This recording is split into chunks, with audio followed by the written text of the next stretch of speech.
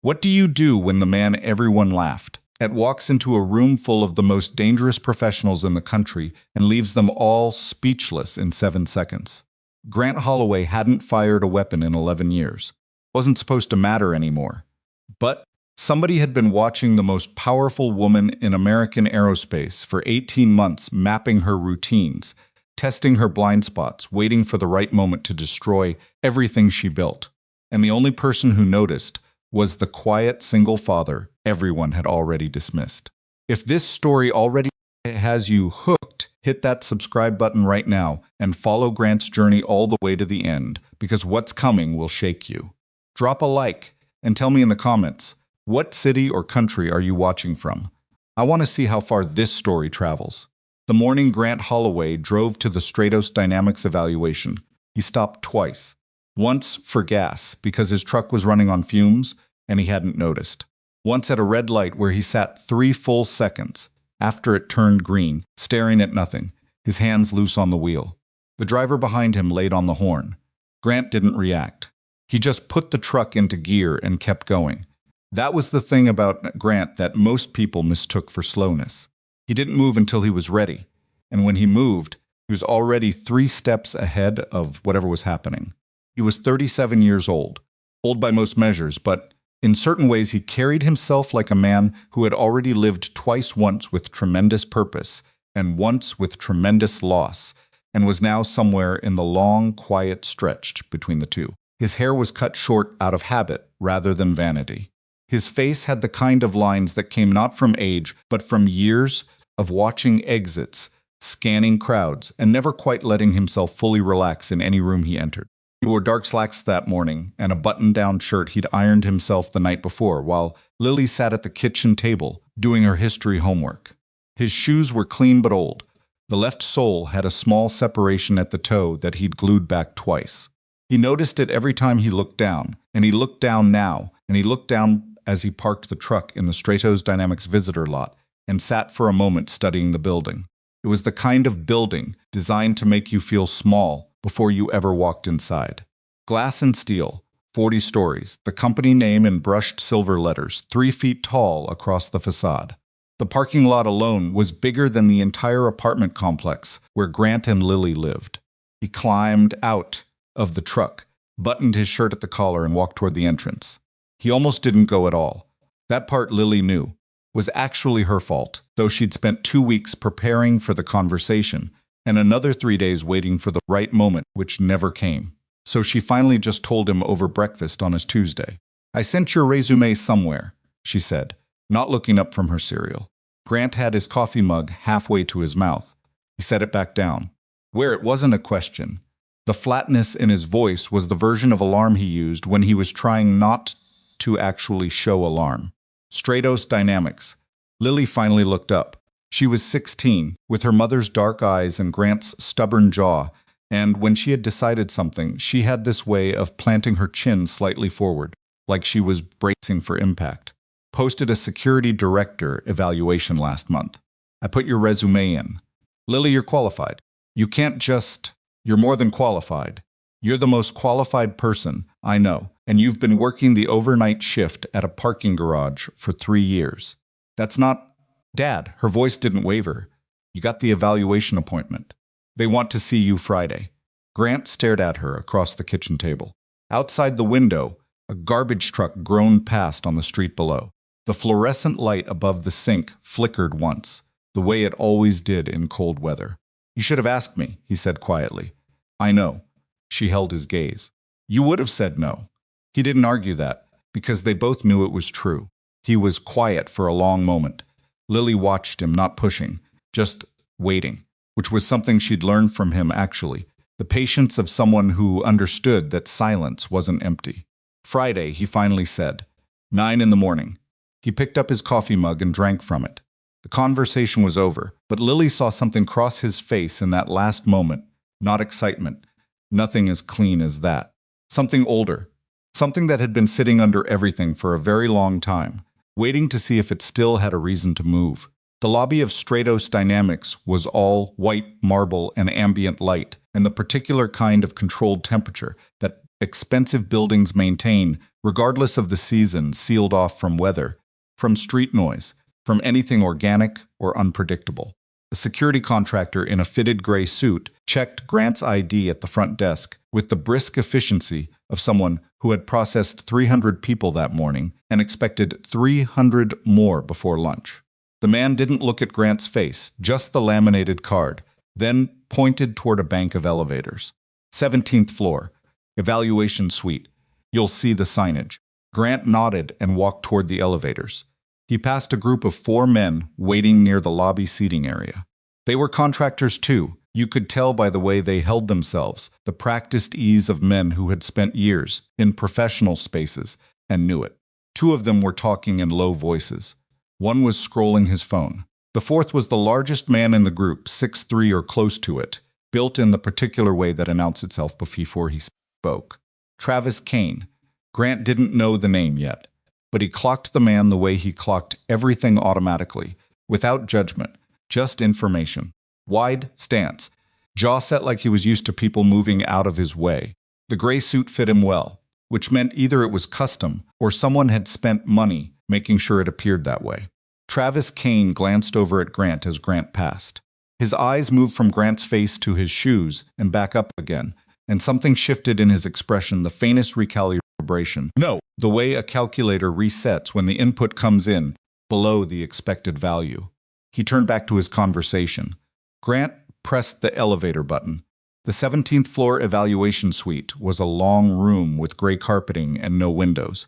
12 candidates total, seated in folding chairs along the walls, the rest of the group that had gathered in the lobby, plus a handful who had taken different routes up. A man in a Stratos HR badge moved around the room with a clipboard, collecting paperwork. Grant found an empty chair and sat. The man to his left was mid-40s, broad-shouldered, with a military bearing that was still visible under the civilian clothes. He glanced at Grant briefly, offered a single nod. Grant returned it. Travis Kane arrived last, which suggested either he'd been held up or he wanted to arrive last.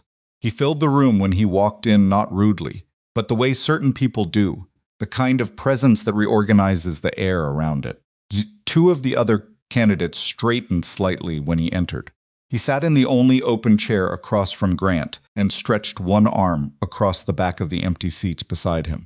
A Stratos security executive stood at the front of the room and explained the evaluation structure, a written assessment, a situational judgment exercise, and a practical demonstration in the adjacent room.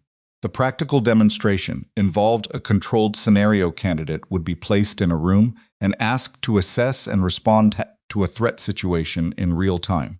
Travis Kane raised his hand before the man had fully finished speaking. What's the format of the practical? The executive looked at him. One-on-one. You'll be briefed when it's your turn. One-on-one with one of your guys. With whoever is assigned. Travis leaned back in his chair. Works for me. It was a small thing. But Grant noticed that 3 other candidates in the room smiled when Travis said it just slightly. Just for a second. And the man with the clipboard, who was collecting paperwork near the door, also smiled, though he covered it quickly. Grant filed that away. The written assessment took 40 minutes. Standard format, scenario-based questions, priority assessments, incident response protocols. Grant worked through it steadily without hurrying. When the clipboard man collected the papers, he walked the stack past Grant without stopping, and Grant noticed briefly. Nothing more that the man's lanyard badge had a small rectangular crease near the bottom. Veins, meaned, the kind that comes from folding a badge backward and then straightening it, which you might do if you wanted to hide which side of the badge was visible. He'd seen that specific thing twice in his life, both times in contexts that later turned out to be complicated. He didn't say anything. He noted it and moved on. The situational judgment exercise ran in groups of 3. Grant's group was given a scenario involving a VIP extraction from a building where 2 separate threat vectors had been identified, a structural risk on the east stairwell and a reported hostile actor on the 4th floor.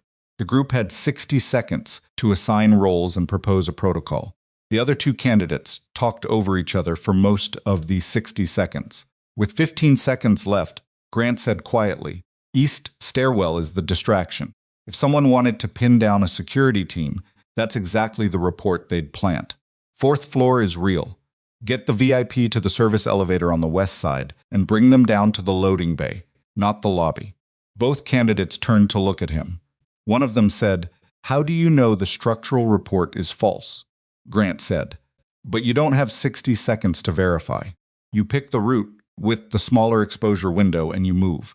The Stratos evaluator in the corner made a note on his clipboard. By the time the practical demonstration began, the room had developed a specific social texture that Grant recognized, the kind of informal hierarchy that forms in waiting rooms full of competitive people when they've been sitting long enough to get restless. Travis Kane was at the top of it, without having done anything specific to earn that. He was simply the person the room had already decided. Grant watched him interact with two other candidates near the water table.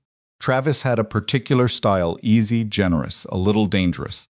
He made people feel included right up until the moment it became useful to remind them where they stood. When Grant walked past to refill his water cup, Travis said, not unkindly, "Hey, you get turned around on the way up? This is the security eval, not accounting." A couple of people laughed, not cruelly, just reflexively the way people do. Looked at him. "I know. Just checking." Travis smiled. It was a good smile. He knew how to use it. Those shoes have seen some miles. "They have," Grant said. He filled his water cup, capped the dispenser, and walked back to his chair. Travis watched Tim go, with an expression that was difficult to read, somewhere between dismissal and mild, unwilling curiosity. No. Grant was called for the practical demonstration fourth. The adjacent room was smaller than the evaluation suite, divided by a partial partition. Two Stratos staff members were positioned in the space. The evaluator told Grant that the scenario would begin on his signal and asked him to stand in the center of the room. Grant stood in the center of the room. The evaluator nodded. Travis Kane walked in from behind the partition. He was moving before Grant fully processed what was happening, big, fast, committed, with the economical aggression of someone who had thrown people around for a living. His trajectory was clear. Demonstrate control. Put the smaller man down. Establish immediate dominance. It was the kind of move designed to be over before it needed to be thought about. It lasted 7 seconds. Not because Grant was faster in any spectacular way. He was precise. He moved 6 inches to the left and turned slightly, and Travis's momentum did most of the work, redirected, unbalanced, committed to a vector that was no longer there. Grant applied 2 points of controlled pressure, and 6'3", professionally trained, Travis Kane went down onto one knee with his arm at an angle that made continuing the scenario inadvisable. Grant stepped back immediately. The room was quiet. The two Stratos staff members were watching him. The evaluator had his pen raised above his clipboard and had stopped writing. Travis, on his knee, was breathing through his nose. His jaw was tight. He wasn't hurt. Grant had been careful about that, but he was processing what had just happened with the slightly stunned internal accounting of a man recalculating a situation that had not gone as anticipated. Grant turned to the evaluator and said, "Stop the clock." The evaluator blinked. "Excuse me?" Grant pointed toward the doorway behind the evaluator, the one that opened back into the corridor. A woman was standing in it. She had been there for somewhere between 45 seconds and a minute. Based on the sound, Grant had heard a soft heel on marble, then a pause, then the slight acoustic shift that happens when a doorway goes from empty to occupied. She was watching the scenario with a focused stillness, the kind that belonged to someone accustomed to watching things without being watched. While we were running the demonstration, Grant said, the actual principal was unprotected in an open doorway. Whatever I just did to him doesn't matter. He nodded toward Travis. If someone wanted access to her, they had it. For a full minute. Audrey Sterling was 30 years old, which Grant had not fully registered from her photograph in the Stratos annual report that Lily had shown him that morning. Photographs had a way of flattening people. In person, she was sharper, not in an aggressive way, but in the way of someone who had spent a decade in rooms where every mistake was measured and had developed a kind of precision as a result. She stepped fully into the room. She was wearing a charcoal blazer over a dark blouse, no jewelry except a single watch on her left wrist. Her hair was pulled back, practical. She looked first at Travis, who was getting to his feet with studied composure, and then at Grant. Say that again, she said. The threat in the room wasn't the threat, Grant said. He kept his voice level not flat, just steady. A demonstration like that draws every eye in the space. That's the point. While the eye is drawn, exposure is somewhere else. In a real scenario, the someone else is what matters. Audrey studied him for a moment. It wasn't a comfortable study. She had the kind of attention that didn't look away until it had finished. You knew I was there before you said anything, she said. It wasn't a question. Yes, how long? 40 seconds. Maybe 50. And you waited. I wanted to finish the demonstration, and I wanted to see if anyone else noticed. He let that sit for exactly one beat, but he did. She glanced at the evaluator. Something passed between them, brief, unreadable, and then she looked back at Grant. What's your name? Grant Holloway. Mr. Holloway. She held his gaze. Wait in the evaluation suite. I'll come find you. She came 40 minutes later, by which time the other candidates had been cycling through their demonstrations, and the room had shifted from competitive tension to the particular restless waiting of a group that sensed something had changed but wasn't sure what. When Audrey walked back in, two of the candidates sat up straighter. Travis Kane, who had returned to the room 15 minutes earlier, said nothing, but watched the door. Audrey walked directly to Grant. 30-day provisional contract, she said. You'd report to my chief of operations, but you'd have direct access to me when you identify a security concern. You'd review current protocols, evaluate the team structure, and provide written assessments on anything you believe warrants attention. Grant looked at her. That's a trial. Yes, what are the terms if it doesn't go well? You leave with a month's pay and a professional reference. And if it does go well, we talk about what comes next. She held out her hand. Do you want the job? Grant looked at her hand. He thought about the parking garage. He thought about Lily's face across the breakfast table, her chin set forward. You would have said no. He thought about 11 years of making his world smaller, carefully, deliberately, until the world fit around a 16-year-old girl, and the space he'd decided was safe enough for her. He shook Audrey's hand. I want the job, he said. He started Monday.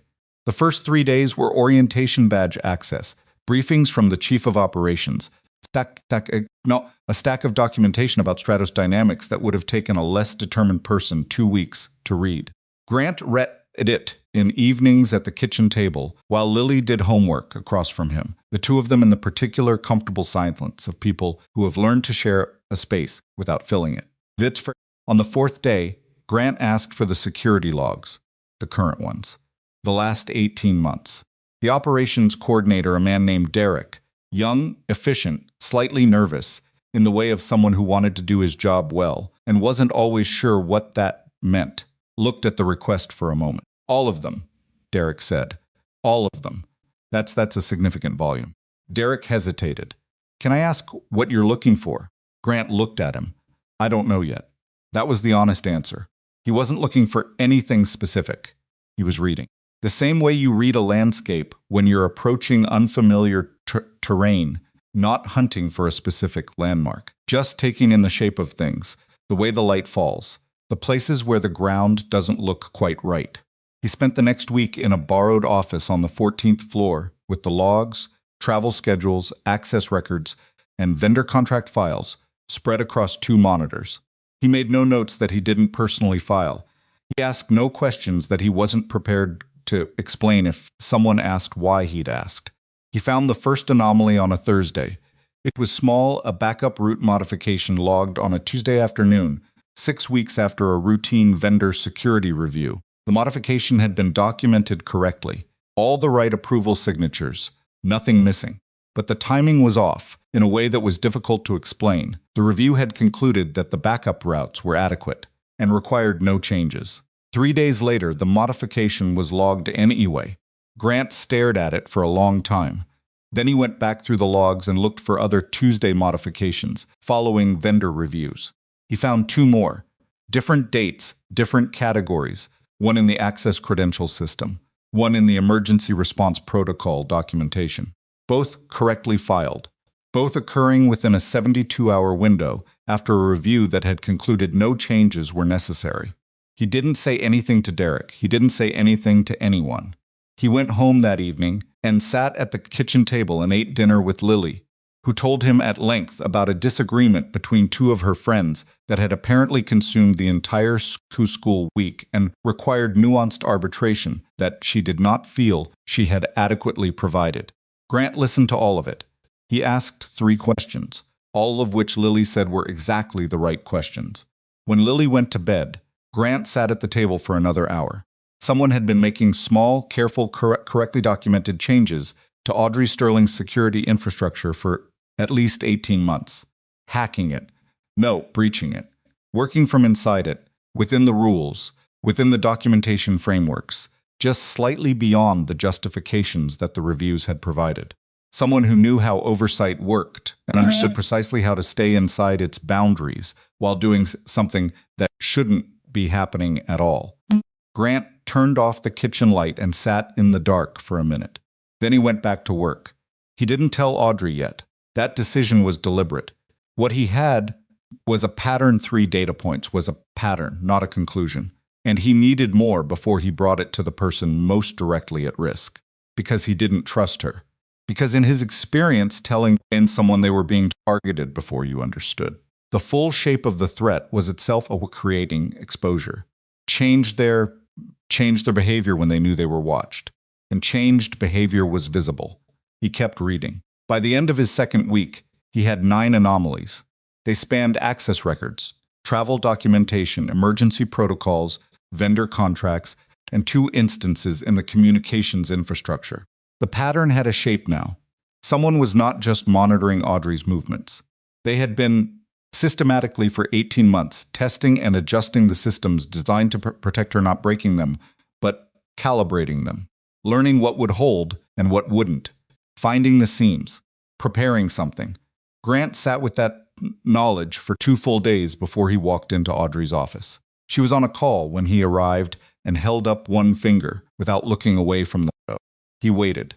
When she ended the call and turned around, she read his face immediately. He saw her do it, a quick, precise assessment, and then she set her phone face down on the desk. "Close the door," she said. "How bad?" she said. He looked at her. Outside her window, 40 stories below, Richmond went about its afternoon in the thin November light. "Someone inside your company," Grant said, "has been studying you for a year and a half." Audrey didn't move, didn't flinch. Her hands rested flat on her desk. "Show me," she said. He showed her.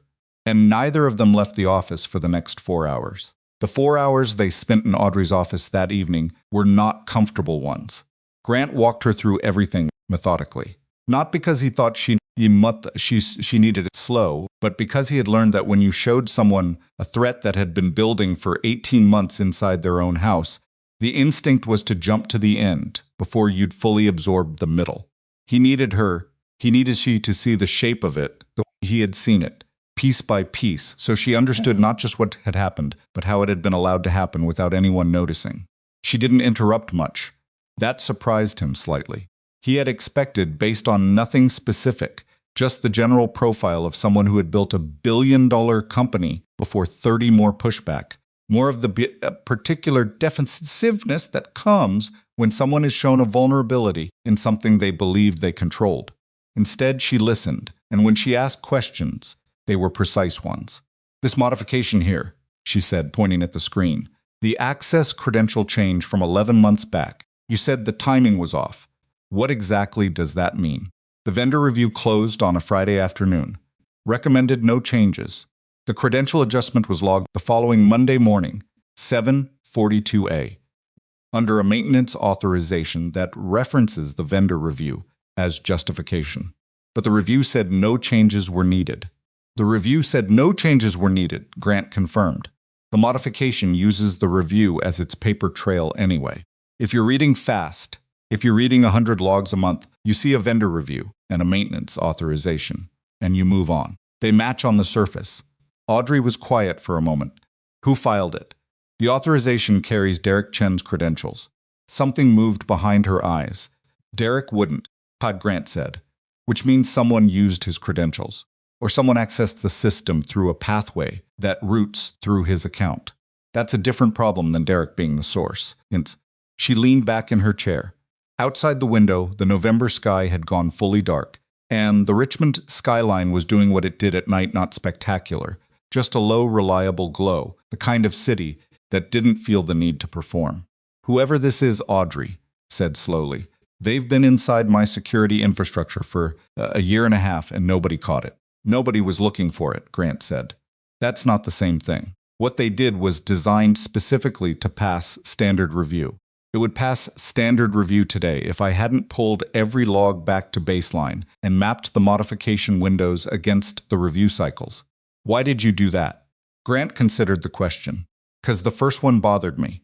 The timing felt like something a careful person would do." He paused. Careful people doing things that shouldn't be done are the hardest kind of problem. They're patient. They work inside the rules. They rely on the fact that most oversight is looking for obvious violations, not systematic ones. Audrey looked at him steadily. "You used to hunt people like this." It wasn't a question, but it wasn't quite a statement either. It sat in the space between. "Sometimes," Grant said. She nodded once, like she was filing something. Then she straightened and looked back at the screen. "What do we do right now tonight?" "Nothing visible. We don't change anything. We don't alert the security team.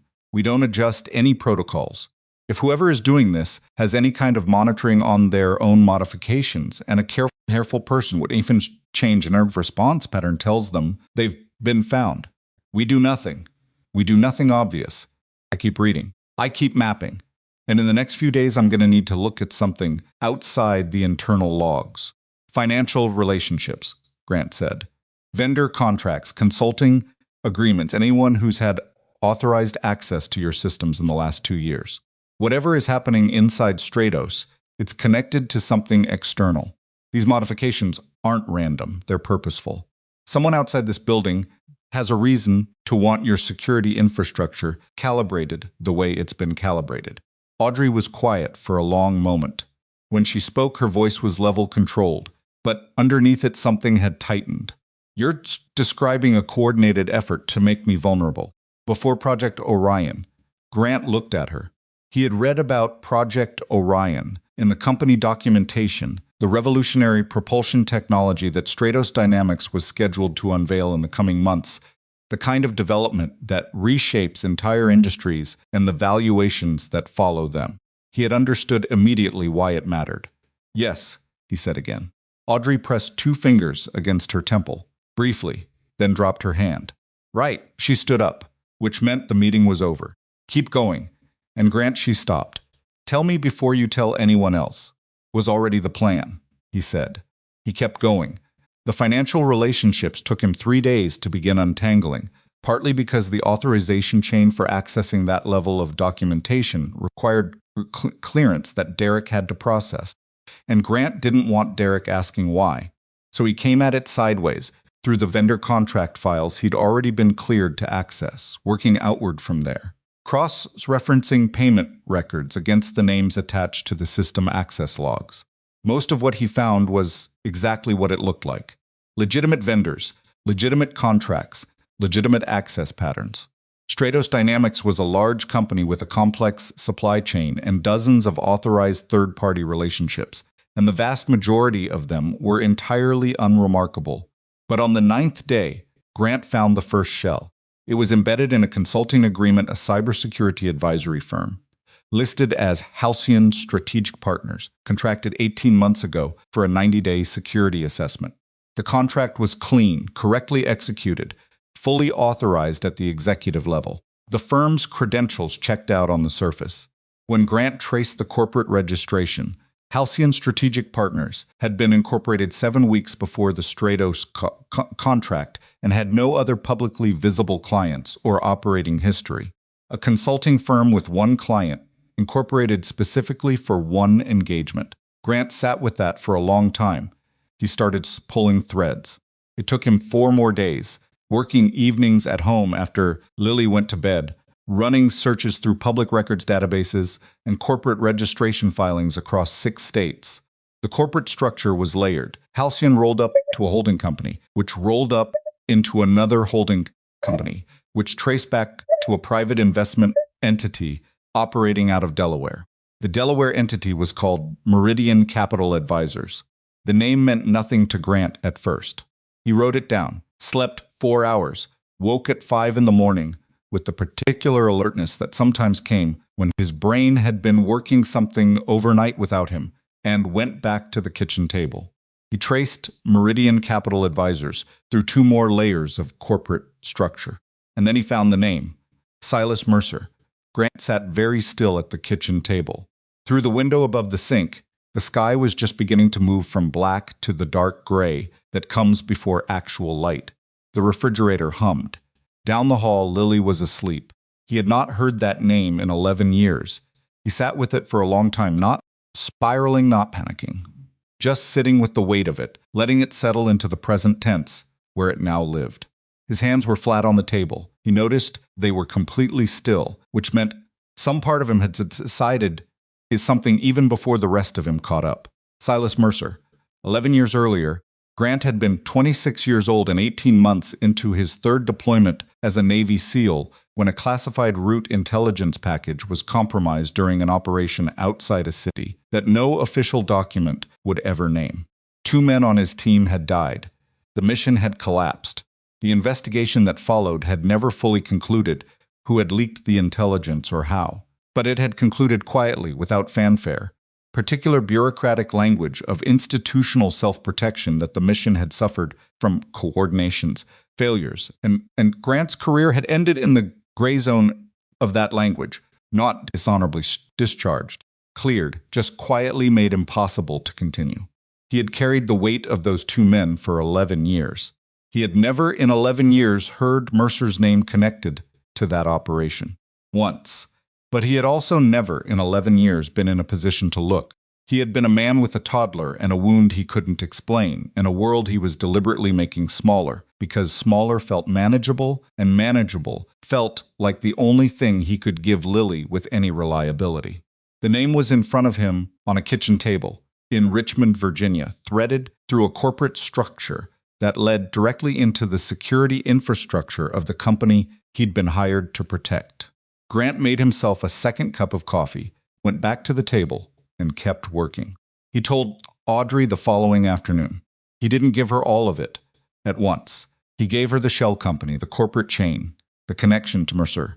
He kept the personal piece, the operation, his team, the 11 years in his pocket for the time being, not because he intended to hide it permanently, but because he needed to be careful about how that information entered the conversation. The moment it did, everything he'd built with her over 3 weeks had a new layer on it. She'd wonder, correctly, whether his involvement in this was purely professional. He wasn't prepared to have that conversation until he understood more. Silas Mercer, Audrey said. She said it like she was testing the weight of the name. I know of him. He runs a private investment group with significant aerospace holdings. He's been a background presence in the industry for, 15 years? He doesn't appear at conferences. He doesn't give interviews, but his money turns up in consortiums that bid against us. She paused. We lost a government contract 2 years ago to a group that I later found out had Meridian Capital in its structure. Grant leaned forward. You didn't connect that to Mercer at the time? Meridian was Mercer's. The connection wasn't visible. She looked at him. You're telling me it is.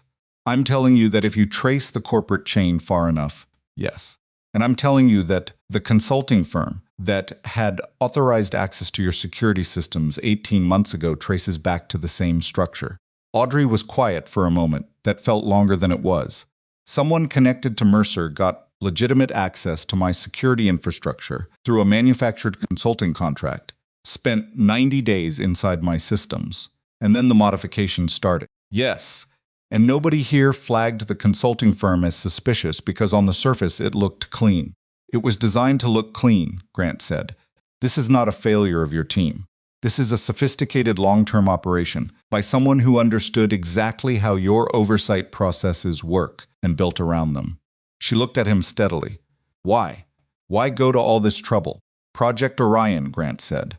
When that technology goes public, the valuation of Stratos Dynamics changes significantly. If someone to remove you from the picture before that happens, remove you from control of the company, they'd need leverage. They'd need a moment of vulnerability. And they've spent 1.5 years making sure that when they choose their moment, your defenses are exactly where they want them. Audrey absorbed this with the stillness of someone who was holding something very heavy and had decided not to show the effort. Remove me how? I don't know yet. It might not be physical. Could be regulatory, financial, reputational. Something that creates a board-level crisis and gives someone with the right positioning the ability to call a vote. He paused. The security infrastructure modifications concern me. You don't spend that much effort calibrating someone's physical protection systems if you're planning a purely financial play. The silence between them had weight. How exposed am I right now? She asked. It was a direct question, and she deserved a direct answer. More than you should be. Less than they want you to be, because you have me and I know what they've adjusted. But if they move before I've mapped everything and corrected it, there are gaps. Audrey nodded slowly. Something moved behind her expression, not fear exactly, more like the particular resolving of a person who has been told the full scope of a problem and is deciding consciously how they intend to stand in relation to it. Keep going, she said. It was the same thing she'd said the first night. He was beginning to understand it was her way of saying she trusted him to do what needed doing. And close those gaps as fast as you can do it without triggering whatever tripwire they have on their own modifications. He started to stand. She said, Grant. He stopped. How confident are you in what you've built so far? The chain, the connection to Mercer. He thought about that, honestly. Confident enough that I'm not wrong about the direction, yet confident enough to take it to federal investigators without more. The corporate structure is layered specifically to create deniability. I need something that connects the modifications directly to a human being, not just a company. Audrey held his gaze for a moment. Then find it. He found something else first. 3 days after the conversation with Audrey, Grant was cross-referencing the access credential records against the employee directory when he noticed a pattern in the building entry logs that he hadn't looked at before: the physical access records, the ones that track badge swipes through the internal doors. Someone had been accessing the 14th floor server room during a window between 11 p. and 2 a.m. on 7 different occasions over the past 8 months. The access was logged under a maintenance authorization and matched a scheduled vendor maintenance window, which meant it looked exactly like it was supposed to look. There were no vendor maintenance visits scheduled for 5 of those 7 dates. Grant pulled the physical description records from building security, the check-in logs, where after-hours visitors signed in at the lobby desk. On the 5 dates without scheduled maintenance, there was no visitor log entry, which meant someone with internal badge access was entering the server room under a maintenance authorization and leaving no physical trace of their presence. Someone inside the building, not a contractor coming in through the front. Someone who was already here, who had the credentials to be here, and who had been very careful not to be logged anywhere a human being might review. Grant stared at the screen for a long moment. Then he went and found Derek. He did it carefully, didn't go to Derek's desk, didn't ask him directly about the server room. He stopped Derek in the hallway near the coffee station on the 14th floor, made it casual, asked about the vendor maintenance schedule process, who authorized the windows, who had visibility into when they were and weren't scheduled. Derek was helpful, slightly puzzled, efficient. He explained the process. It was a small group facilities, his own operations coordinator role, and the security operations manager. The security operations manager was a man named Ray Holt, who had been with Stratos Dynamics for 6 years and whom Grant had met exactly once briefly during his first week. Mid-50s, careful posture, the quiet competence of someone who had been in the same role long enough to stop needing to announce themselves. Grant thanked Derek and walked back to his borrowed office on the 14th floor. He sat down and pulled Ray Holt's employment file. He wasn't sure what he expected to find. What he found was unremarkable: 6 years of solid performance reviews, no disciplinary records, a background that checked out across every standard screening, nothing the standard hiring process would have flagged.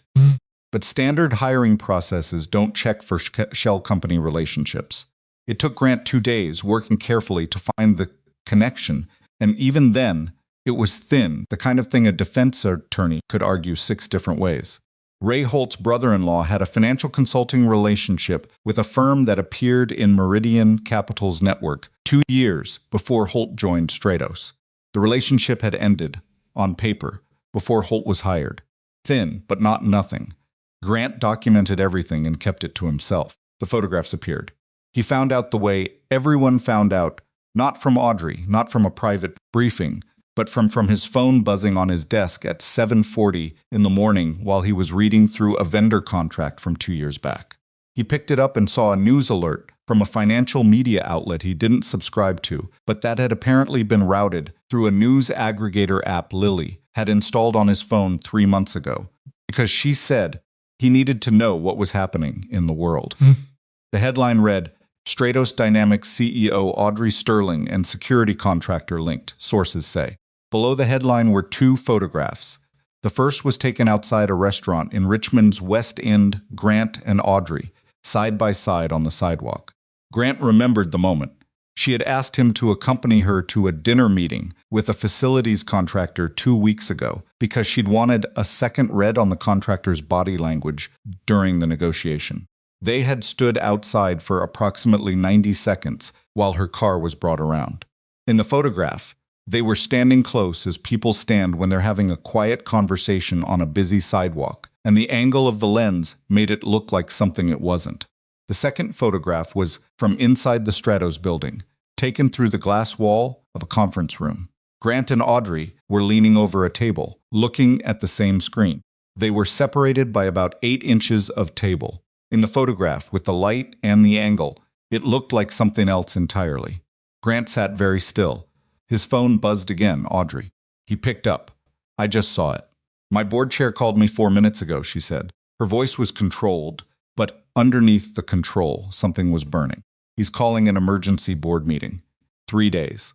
Who has the photographs? 3 different outlets ran them simultaneously. Same timestamp on all 3 posts. 32 minutes ago. Simultaneous release. Grant had understood in about 15 seconds what this was, and understanding it didn't make it easier to hold. Audrey, listen to me. This is part of it. This is what the 18 months was building toward. They couldn't remove you directly, so they're creating an emergency that forces a board action. A short pause, I know that. But knowing it doesn't, she stopped, restarted. The board has 5 members who have been looking for a reason to challenge my leadership since the Q3 projections. This gives them a reason. 3 days is enough time, Grant said. For what? For me to have something solid enough to bring to investigators. I'm close, Audrey. I'm 2, maybe 3 connections away from being able to lay the full chain in front of someone and have it hold up. A silence on the line. Then find it, she hung up. Grant looked at his phone for a moment. Then he looked across the office at the wall, where he'd mentally mapped the corporate chain Halcyon, Meridian, Mercer's, the server room access, Ray Holt's thin connection, the modification spanning 18 months. 3 days. He pulled up the vendor contract he'd been reading, found his place, and kept going. He worked the next 36 hours with the particular focused depletion of a man who doesn't have the option of stopping. He went home each night because Lily was there, and because going home was not optional, but he sat at the kitchen table until 2 or 3 in the morning and was back in the office before 7. Lily noticed. Of course she did. She was 16, and she'd been reading her father's silences for most of her life. He said on the second night she came out of her room at 11:30 and stood in the kitchen doorway in her sweatshirt with her arms crossed, watching him at the table. It's stuff. You okay? She said. Working, he said, which was not an answer. I can see that. She came and sat across from him, the same way she'd sat that morning 2 months ago when she'd told him about the resume. Is it the job? It's the job. Is it bad? Grant looked at his daughter. He thought about what to say, and then he said the thing that was true, and safe to say, I'm in the middle of something. I've been in the middle of things before. It's okay. Lily studied him the way she did sometimes, with more patience than a 16-year-old should have, as if she were cataloging something. You look like you did when I was about 6, she said. That winter. You'd get this look like you were doing math in your head that you couldn't stop doing. Grant remembered that winter. He had still been in the parking garage job, had still been working out whether the world they'd built was actually stable or just stable looking from the inside. He hadn't known Lily had noticed. I didn't realize you remembered that, he said. I remember most things. She uncrossed her arms and leaned forward on the table. I'm not 6 anymore, Dad. If it's serious, you can tell me. He closed his laptop halfway. It's serious. I'm handling it. Are you safe? The question was so direct it caught him slightly off guard, not the concept, but the fact of her asking it, the plainness of it. He looked at his daughter and felt the particular weight of being someone's only person. Yes, he said. And then, because she deserved more than a single syllable, I'm the one looking for the thing. The thing doesn't know I've found it yet. Lily nodded. Okay, she stood up. Don't stay up all night. I'll try. She went back to her room. Grant opened his laptop and kept working. On the morning of the third day, 18s before the emergency board meeting, Grant found the connection he needed. It was in the communications infrastructure records, the area he'd flagged early on as one of the modification sites. He'd been working through it methodically, and what he found was not a dramatic smoking gun, but the kind of evidence that was in some ways more damning, a systematic record of routing adjustments that had quietly redirected specific internal communications through an external server during a 4-month window a year ago. The communications themselves were gone. The records had been cleaned. But the routing logs showed the pathway, and the external server address traced back to a network registered through a subsidiary of Meridian Capital. Someone inside Stratos had been forwarding Audrey's internal communications to Mercer's network for 4 months. Grant stared at the screen. He felt something move through him. That was not triumph. It was too cold for that, and too tired. But it was the particular settling of a man who has been right about something he wished he was wrong about. He printed what he had. He put it in a folder. He added the shell company chain, the server room access records, Ray Holt's connection, the modification timeline, the photograph's simultaneous release pattern. Then he sat back and thought about Silas Mercer for a long time. The man who had 11 years ago been linked to the operation that killed 2 of Grant's teammates and ended his career. Yes, he'd intervened. The man who had spent a year and a half building toward the removal of a 30-year-old woman who had built something real and was about to make it matter in a way the world could see. Grant had spent 11 years keeping his world small enough that nothing could reach the things he couldn't afford to lose.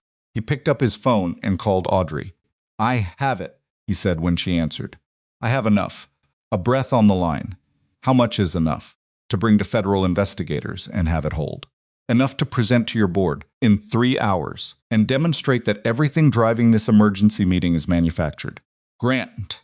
Her voice was different than he'd heard it, not shaken, but stripped of the particular professional architecture she usually maintained. Just a person talking to another person. You sure? I'm sure, he said. He closed the folder and looked out the window at the Richmond morning, gray and ordinary, and exactly where he'd ended up after everything that had come before. He had 3 hours. He straightened his papers, buttoned his jacket, and went to get it done. His phone rang 40 minutes before the board meeting. He was in the car, folder on the passenger seat, heading back toward the Stratos building after stopping home to print a second copy of the documentation and lock the first in the fireproof box in his bedroom closet, the one where he kept Lily's birth certificate and his discharge papers, and the 2 photographs of his teammates that he hadn't been able to throw away and hadn't been able to look at directly for 11 years. He kept the copies separate as a matter of habit. You didn't carry everything in one place. The number on the screen was Lily's school. He picked up. This is Grant Holloway. The voice on the other end was a woman he didn't recognize, not the front desk coordinator he'd spoken to twice before, not the vice principal. A voice that was careful in the way of someone reading from something. Mr. Holloway, this is the attendance office. We're calling because Lily didn't check in for second period, and we haven't been able to reach her directly. Grant's truck was on the interchange doing 55. He did not brake. He did not accelerate. He kept his speed exactly where it was and said, when was she last seen? She checked in for first period at 8:15. Her teacher marked her present. She wasn't in her second period class when the teacher took attendance at 9:20. He checked the clock on the dashboard. 9:07. Has anyone checked the bathrooms, the library, the campus perimeter? A brief pause. We've had staff look through the building. We haven't located her yet. I'm coming, Grant said.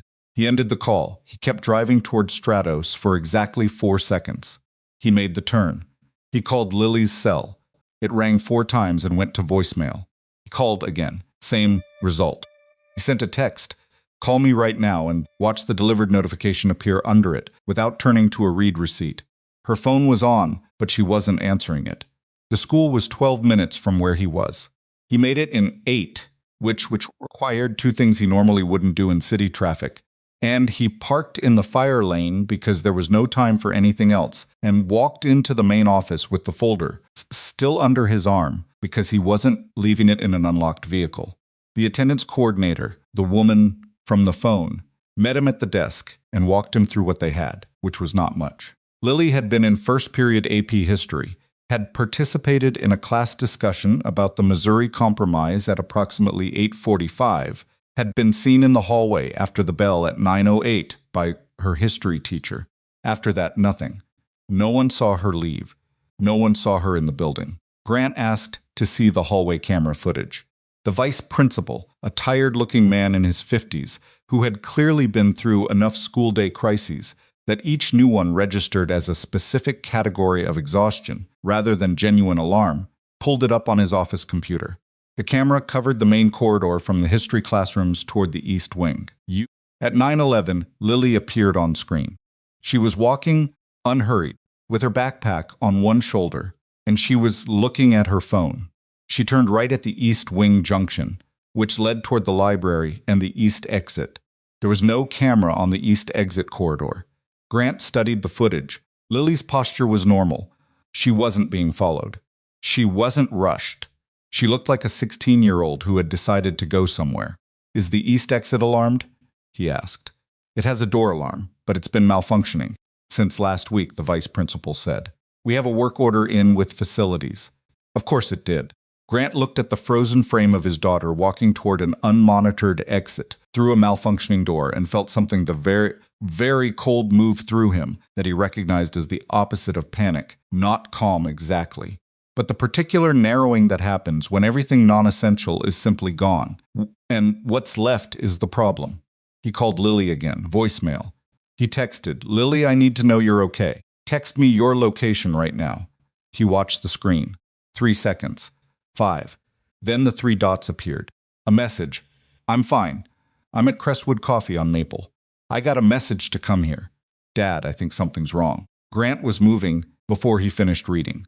Crestwood Coffee was set 7 blocks from the school in a strip of small businesses on Maple Avenue that catered mostly to the lunch crowd and hadn't fully recovered from whatever economic event had emptied the 2 storefronts on either side of it. The windows were fogged slightly from the November cold meeting the heat inside. Through the glass, Grant could see a handful of people at tables, laptops, and cups, the ordinary morning in a coffee shop texture of a Tuesday. He pushed through the door and found Lily immediately. She was at a corner table, her backpack on the chair beside her, a cup of something she hadn't drunk in front of her. She looked up when he came in, and the expression on her face, the one she shifted out of when she saw him, the one that had been there when she didn't know she was being watched, was not fear. It was something more complicated than fear. It was the expression of someone who had figured something out and didn't like what they'd figured out. Grant sat down across from her. He did a quick scan of the room before he sat habit and saw nothing that concerned him. Regular people, regular morning, nobody watching the door. Tell me, he said. I got a text at 9:08, Lily said. From a number I didn't know. It said you'd asked someone to message me here and that I needed to come right away, that it was about you. She paused. I know I should have called you directly. Just it said that it wasn't time and that your phone was off, and I got scared and I went. Show me the text. She slid her phone across the table. Grant read it. Whoever had sent it knew how to write to a 16-year-old. The language was slightly breathless, the urgency calibrated to produce movement rather than questions. It referenced a plausible scenario. Grant had been in a meeting and needed Lily to come to a location nearby the school immediately. Don't call the school office. Everything is fine, but come now. The number was a burner. He knew that without checking. Has anyone talked to you since you got here, he said. A guy looked at me for a second when I sat down, but then he left. What did he look like? Lily described him 40s. Average build, dark jacket. Already gone. Probably just someone who noticed a 16-year-old sitting alone and decided it wasn't his business. Grant put Lily's phone back on the table. He sat back in his chair. He looked at his daughter across the small table, at the coffee she hadn't touched, at her backpack strap twisted around her hand the way she did when she was trying to hold still. He understood what had happened in the same moment that Lily did. Set teened. He could see it on her face, the pieces connecting, the color changing slightly, the chin coming up the way it did when she was deciding how to be in relation to something. Body was going to take me, Lily said. It wasn't a question. They just needed you to come here. Yes, she was quiet for a moment. Outside on Maple Avenue, a delivery truck was backing up. The beeping regular and indifferent. The barista behind the counter steamed milk for something.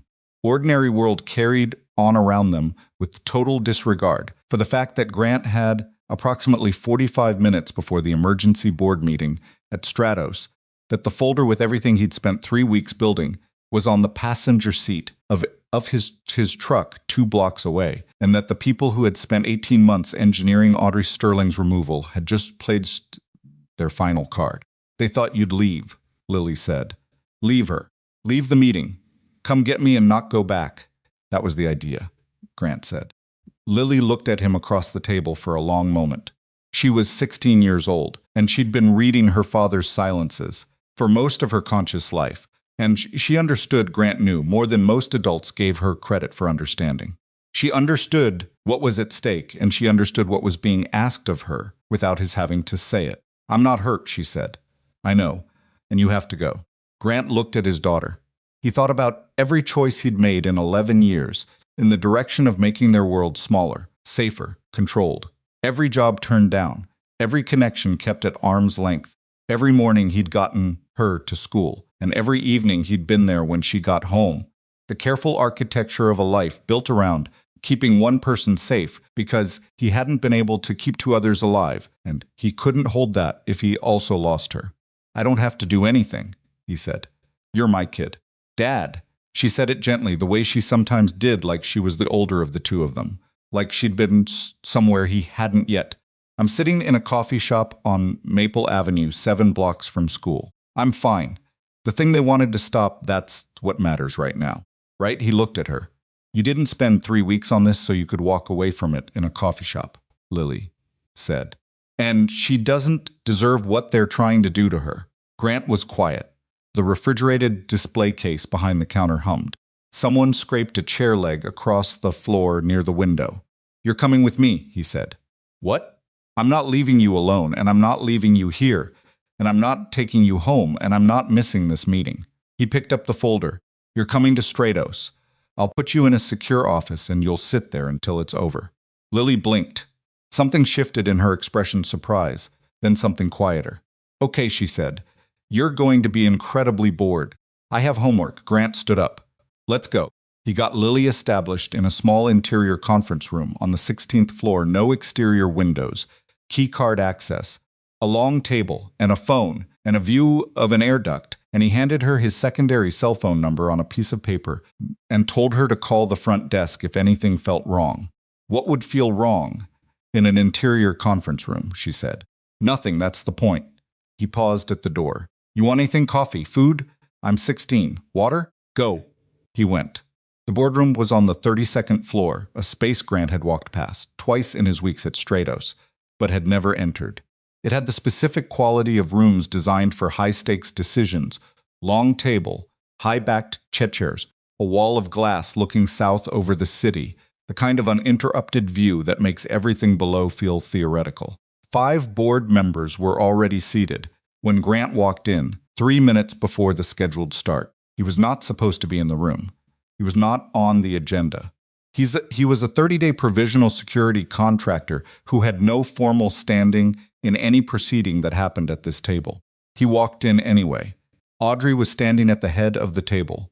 She saw him come through the door, and something in her expression shifted relief, he thought, and something else, something that had to do with the fact that he was here at all when she had no particular reason to believe he would be.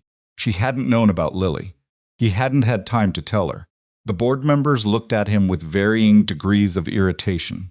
One of them, heavy-set, silver-haired, the particular authority of someone who had been the most powerful person in most rooms for a very long time, said, "This is a closed session. I'll be brief. This is not..." Audrey said it quietly, but it stopped him. She looked at Grant. "Sit down." Grant sat down at the far end of the table, away from the board, and set the folder in front of him. Warren Caldwell, because that was who the silver-haired man was. The name matched the face from the employee documentation. Grant had reviewed, looked at Audrey with the particular expression of a man who has prepared for a specific argument and doesn't want the terrain changed before he can deliver it. "Audrey, we've called this meeting on legitimate governance grounds. The photographs, the questions about judgment, the relationship with a subordinate contractor, these are matters the board has an obligation to." "The photographs are manufactured," Grant said. Caldwell looked at him. "Excuse me?" "They were released simultaneously by 3 separate outlets at 7:49 a. 2 days ago, same timestamp, coordinated distribution. That's not journalism, that's a campaign." Grant opened the folder. "I'd like to walk the board through what I've found in the last 3 weeks. All of it is documented. None of it is theoretical." Caldwell's expression didn't change, which itself was a kind of change. A man genuinely confident in his position would have pushed back harder, faster. The stillness was the tell. Grant looked around the table. 4 other faces, 1 woman and 3 men, ranging from mid-50s to late 60s, all of them with the careful attention of people who hadn't yet decided what they were looking at. "I was hired 30 days ago to evaluate and improve security protocols at Stratos Dynamics," Grant said. "What I found instead was evidence of an 18-month coordinated operation designed to compromise the security infrastructure around this company's CEO and create the conditions for her removal from leadership before the unveiling of Project Orion." He laid the first document on the table, not passed around, laid flat at his end, visible to the board members on either side of him. "The operation began with a consulting contract. Halcyon Strategic Partners engaged ATM Funso for a security assessment. Correctly filed, correctly executed, fully authorized. On the surface, legitimate." He laid the corporate registration document beside it. Halcyon Strategic Partners was incorporated 7 weeks before the Stratos contract. It has no other visible clients. Its corporate structure traces through 2 holding companies to a Delaware private investment entity, Meridian Capital Advisors. He waited. Across the table, one of the board members, the woman, early 60s, whose nameplate read Dr. Patricia Vance, leaned slightly forward. "Meridian Capital," Grant continued, "is controlled by Silas Mercer." He gave the room 3 seconds with that name. 2 of the board members showed nothing. One, a younger man, maybe 55, glanced at Caldwell so quickly that it was almost invisible. Almost. Grant noted it and kept going. "Following the consulting engagement, I identified 9 systematic modifications to Stratos security infrastructure access credentials, backup routes, emergency protocols, and communications routing, all made within 72 hours of internal reviews that had concluded no changes were necessary. All correctly filed, all designed to pass standard audit review." He set the modification log on the table. "These modifications, taken together, represent a calibration of the security systems around Ms. Sterling. They don't break the systems.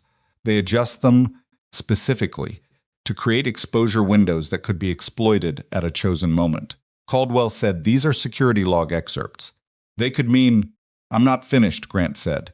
He said it flatly, without heat, and Caldwell stopped. "The communications infrastructure logs show that internal company communications, including executive-level correspondence, were routed through an external server during a 4-month period 14 months ago. The external server traces back to a subsidiary of Meridian Capital's network." He laid the routing documentation down. "Someone inside Stratos Dynamics forwarded Audrey Sterling's internal communications to Silas Mercer's network for 4 months." The room was quiet. Grant looked at Dr. Vance. She was reading the routing document, one hand flat on the table, her expression the careful neutral of someone assembling something. "The photographs released 2 days ago were coordinated with the scheduling of this emergency board meeting," Grant continued. "The timing and method of distribution indicate they were produced and held for a specific moment, the moment immediately before a vote that could remove Ms. Sterling from executive authority. That is not coincidence. Is the operation reaching its intended conclusion? He set the final document on the table. The physical access logs for the 14th floor server room show 7 after-hours entries under maintenance authorizations during periods when no maintenance was scheduled. 5 of those 7 entries have no corresponding visitor log, meaning they were made by someone with internal badge access. He paused. The authorization pathway for those access windows runs through the Security Operations Manager role. That role has been held for the past 6 years by Ray Holt, whose brother-in-law had a financial consulting relationship with a firm inside Meridian Capital's network 2 years before Holt joined this company. He looked at Caldwell. Ray Holt is one piece, Grant said. He's not the only piece. Caldwell's face had not moved. That was, by this point, its own form of information. A man who was surprised by what he was hearing would have moved, would have objected, questioned, shown the normal friction of someone encountering accusations in a boardroom. Caldwell was sitting very still in the particular way of someone managing a response rather than having one. Grant slid the last page of the folder across the table directly toward Caldwell. Meridian Capital's investment network has a subsidiary called Blackbridge Holdings, Grant said. Blackbridge Holdings made 3 payments to a Shell account between 14 and 8 months ago. Payments trace through 2 intermediary transfers. He'd intervened to an account in Warren Caldwell's name maintained through a private banking relationship in the Cayman Islands. The room changed. It changed in the way rooms change when something that was theoretical becomes specific, a slight shift in oxygen and posture in the way eyes move. Dr. Vance looked at the page in front of Caldwell. The younger board member, who had glanced at Caldwell earlier, was now looking at the table. The other 2 board members were looking at Caldwell directly.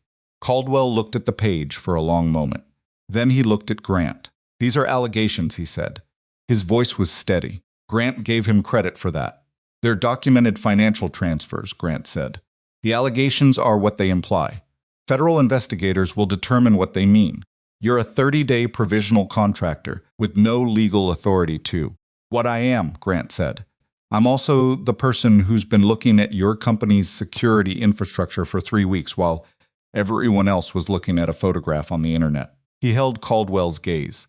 The investigators have already been contacted. They've had the documentation since this morning. This meeting's outcome doesn't change what's already in motion. It only determines whether this board acts on the information now or waits for the legal process to do it for them. Silence. Longer this time. Dr. Vance spoke. Warren. She said his name carefully. The way you say a name when you're not asking a question, just establishing that you're speaking to a specific person. I think we need to pause this meeting. Caldwell didn't respond to her. He was still looking at Grant. Something was moving behind his eyes, not the specific panic of a man who hadn't seen this coming, but the specific recalibration of a man who had seen something coming and had believed he'd controlled it and was now revising that belief. Audrey, Caldwell said slowly, turning to her. Whatever this man has shown you. Audrey's voice was quiet and completely final. Stop talking. He stopped. Audrey looked at the board. Her posture was what it always was, straight, controlled, the specific uprightness of someone who had tackled rooms before and had decided a long time ago how she intended to stand in them. But there was something different in her face today. Something that was not performance and not management, but just the plain expression of a person who has been told the full scope of what was done to them and has had 3 days to decide what to do with it. I'm asking the board to table the emergency session, pending the results of the federal investigation, she said. I'm asking that Ray Holt be placed on immediate administrative leave, pending a full internal review. I'm asking that Warren Caldwell recuse himself from all board activities pending legal counsel. She paused. These are requests, but I want to be clear that if this board proceeds to a vote today under these circumstances, I will consider that vote a material breach of fiduciary responsibility, and I will pursue every available legal remedy accordingly. The room was quiet. Dr. Vance looked at the other board members. Something passed between them, the unspoken conversation of people who had just watched the ground shift and were deciding how to stand on it. I move to table, Dr. Vance said. Seconded, said one of the other men. Caldwell said nothing. The vote was 4-1, with Caldwell abstaining rather than voting, because he was, Grant suspected, already on the phone with his attorney in his head. Afterward, the room emptied in the particular way of rooms where something significant has happened, people moving with purpose, with things to do, with calls to make. Grant stayed until the last board member had left, and then he stayed a few minutes longer because the room was quiet and he needed the quiet for a moment. Audrey was still at the head of the table. She was looking at the south-facing window. No, at the south-facing window, at the gray November sky that had been threatening rain all morning and hadn't delivered yet. Her hands were in her lap. She was still. Grant gave her the silence. After a moment she said, without turning, "How long have you known about Caldwell?" "I found the payment trail this morning," he said. 4 hours ago. She turned then and looked at him. "You found it this morning, and you walked in here anyway. I had documentation." "You had documentation from this morning?" "Against a board member with 30 years of relationships in this industry." She studied him with the same look she'd had in the evaluation room, 40 floors below, 5 weeks ago, that complete, finished attention. Most people would have waited. "Waiting wasn't an option," Grant said. "You had 45 minutes. "I know." She looked at him for a moment longer. Then she looked at the folder still sitting on the table. "Is it solid?" "The Cayman account." "Solid enough that the investigators will find the rest of it," he said. "What I had was the thread. They'll pull it." She nodded. Something moved through her expression, a long exhale that she didn't actually take, just the internal version of one. "And Mercer is still out there," Grant said. "Caldwell is a piece. He's not the architect." "I know." She stood up, which was the thing she did when she was finished with a room. "I know he's not." She picked up her phone from the table and looked at it briefly, then looked at Grant. "You got a message about Lily this morning." Grant looked at her. "Derek told me there was a school call at 9:50, she said. "You walked into this room 3 minutes before the meeting. Either nothing happened, or you handled it and came anyway." She held his gaze. "Which was it?" Grant was quiet for a moment. "She's on the 16th floor. Interior conference room." "She's fine." Audrey absorbed that. He watched her understand the full shape of it, that Lily had been used as leverage, that it hadn't worked, that Grant had handled it and come anyway. "She's a good kid," Audrey said quietly. "She is," Grant said. They stood in the boardroom, with the city spread out behind Audrey through the glass, the ordinary Richmond Thursday in its ordinary November plainness, and for a moment neither of them said anything, which was its own kind of conversation.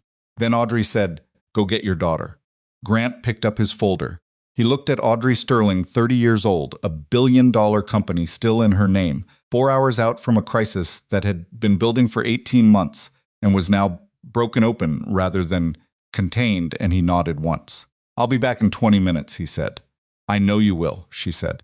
He walked out of the boardroom and took the elevator down 16 floors and badged into the interior conference room, where Lily was sitting at the long table with her AP history textbook open in front of her and her earbuds in, and did not look up. When the door opened, because she was, in fact, doing homework, she pulled out one earbud. "How'd it go?" Grant sat down in the chair across from her. He was tired, not the kind of tired that sleep fixes, but the kind that comes from carrying something heavy at a dead run for 3 weeks and then setting it down. His hands were loose on the table. "It went," he said. Lily studied his face the way she always did, thoroughly, quietly, without hurry. "Yes." She nodded. She put her earbud back in. Grant sat there for a moment, the plain interior conference room with its view of an air duct and its fluorescent lights, and the distant sound of the building's ventilation system, and let his shoulders come down from where they'd been for 3 weeks. Outside, somewhere above them, Audrey was making phone calls. Federal investigators were opening files. Warren Caldwell was talking to lawyers. Ray Holt was being walked out of the building by 2 members of the HR team who had been briefed an hour ago.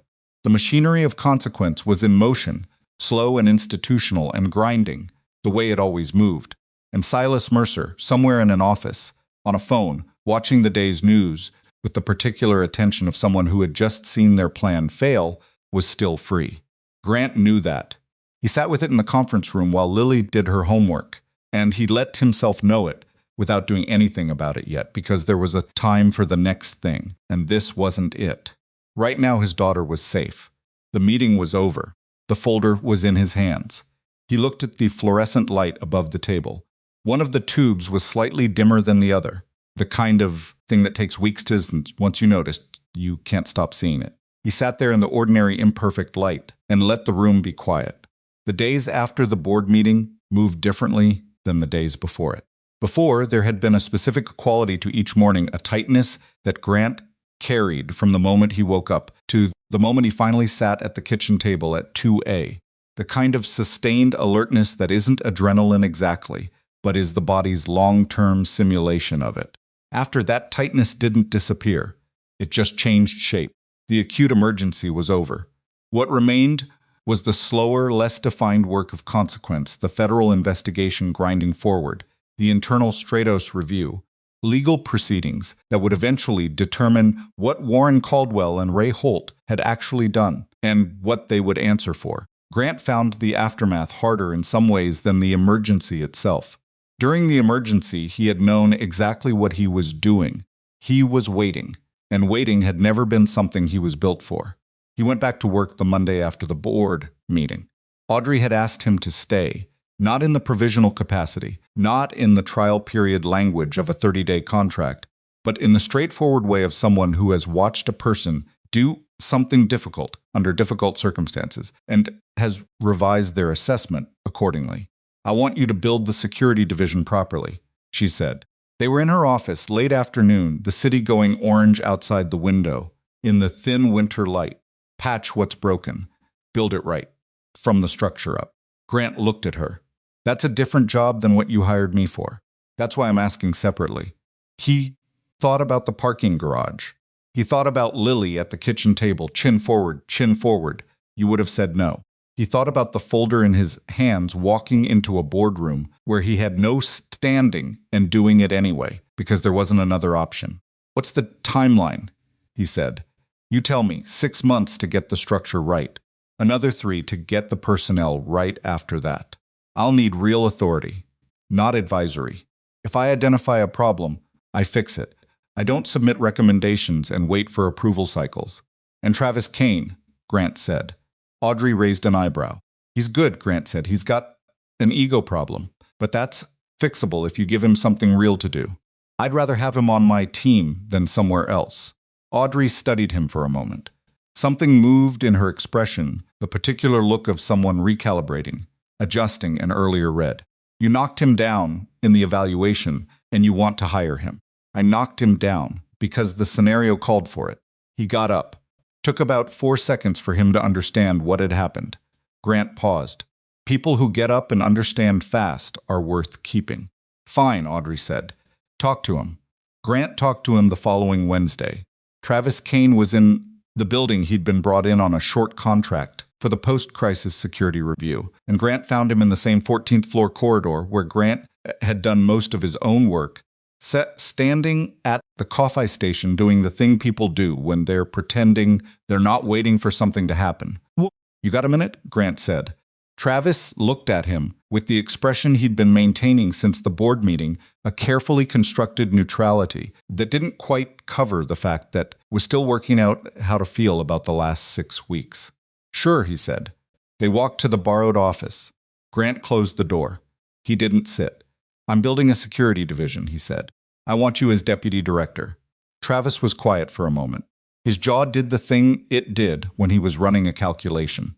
"Why? Because you're one of 3 people in the professional pool in this city who I've actually seen respond to an unexpected situation correctly," Grant said. "The other 2 are either unavailable or I've already hired them." "Flattering." "It's not flattery. It's an assessment." Grant looked at him directly. "You're going to have to work under me. If that's a problem." "It's not a problem," Travis said. Too quickly, which meant it was slightly a problem. But he said it, which meant he'd already decided before Grant asked. Travis leaned against the wall and crossed his arms, looking at the ceiling for a second the way people do when they're not looking at the ceiling. "You knew what you were doing in that evaluation. You knew exactly what you were doing." "Yes." "And you still pointed at her instead of taking the credit." Grant looked at him. "The credit wasn't the point." "Yes," intervened. Travis dropped his eyes from the ceiling and looked at Grant with something that had moved past his professional assessment into something more personal, more honest. He said, "I guess it wasn't." He uncrossed his arms. "Deputy Director." "Good," Grant said. "We start the structural review Monday." He left Travis in the office and walked back down the corridor, thinking about the particular mechanics of trust, how it wasn't built in dramatic moments, but in the accumulation of smaller ones. The way a wall is built, not from one stone, but from the patient stacking of many. The federal investigation moved at the pace. Federal investigations move, which is to say it moved constantly, and visibly produced nothing for weeks. No, Grant knew. It was working. He had a contact at the FBI field office, who was professional enough to tell him nothing specific and honest enough to indicate, in the language of what she didn't say, that things were progressing. Caldwell's attorneys had filed 3 procedural motions in the first 2 weeks, which was itself a kind of information. You don't file procedural motions when you believe the evidence against you is thin. Ray Holt had been escorted from the building the afternoon of the board meeting and had not returned. His access credentials had been revoked within the hour. The internal review of the server room access logs had in the 2 weeks since confirmed what Grant had found and added 3 more incidents to the timeline.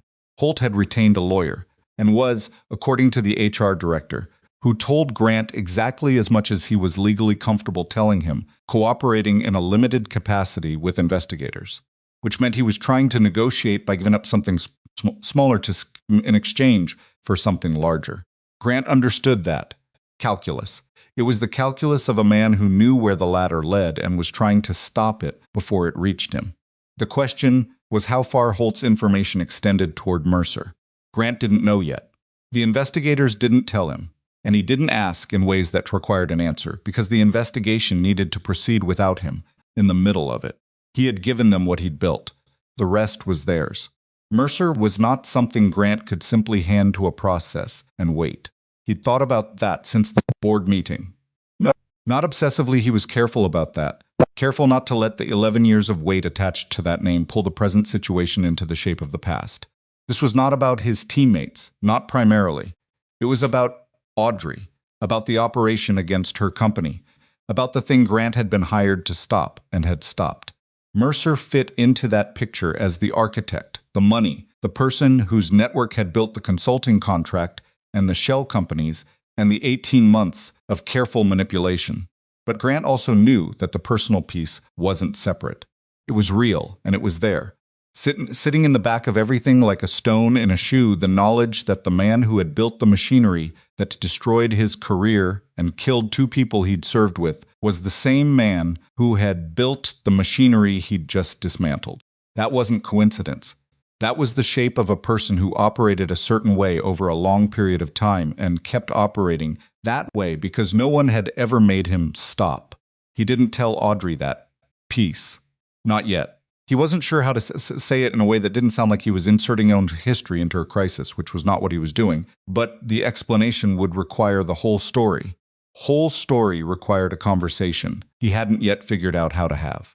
He told Lily instead.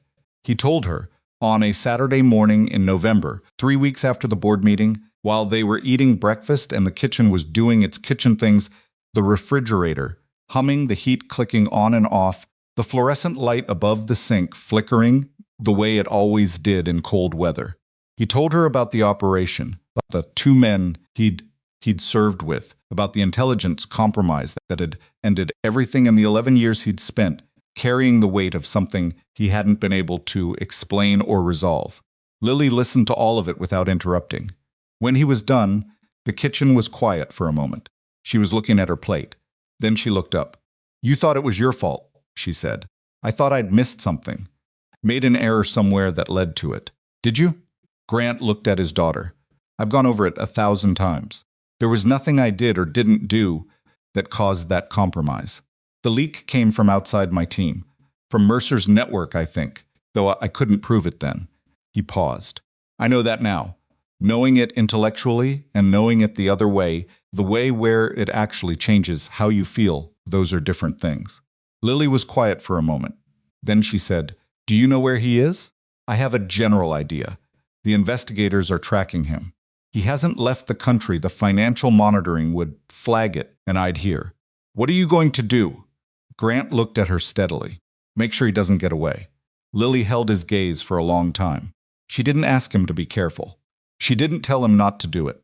She just looked at him with those dark eyes that had been reading him for most of her life, and then she said, "Okay," and looked back down at her breakfast. Was the conversation. It was enough. The information came from an unexpected direction.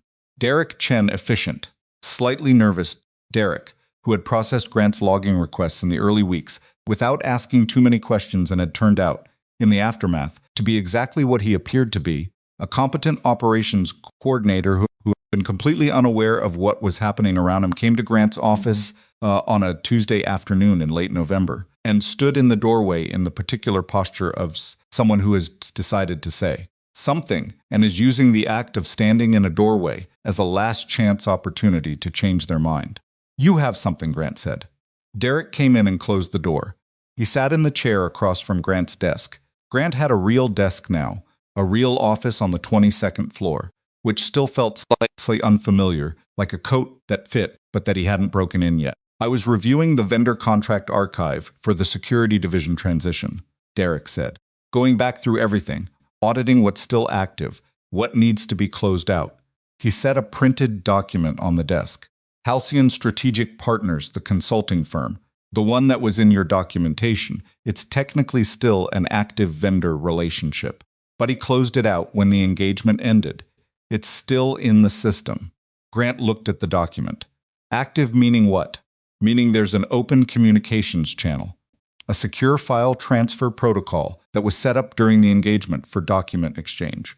Derek paused, still live, which means if someone on their end is still accessing it. Grant was already looking at the document.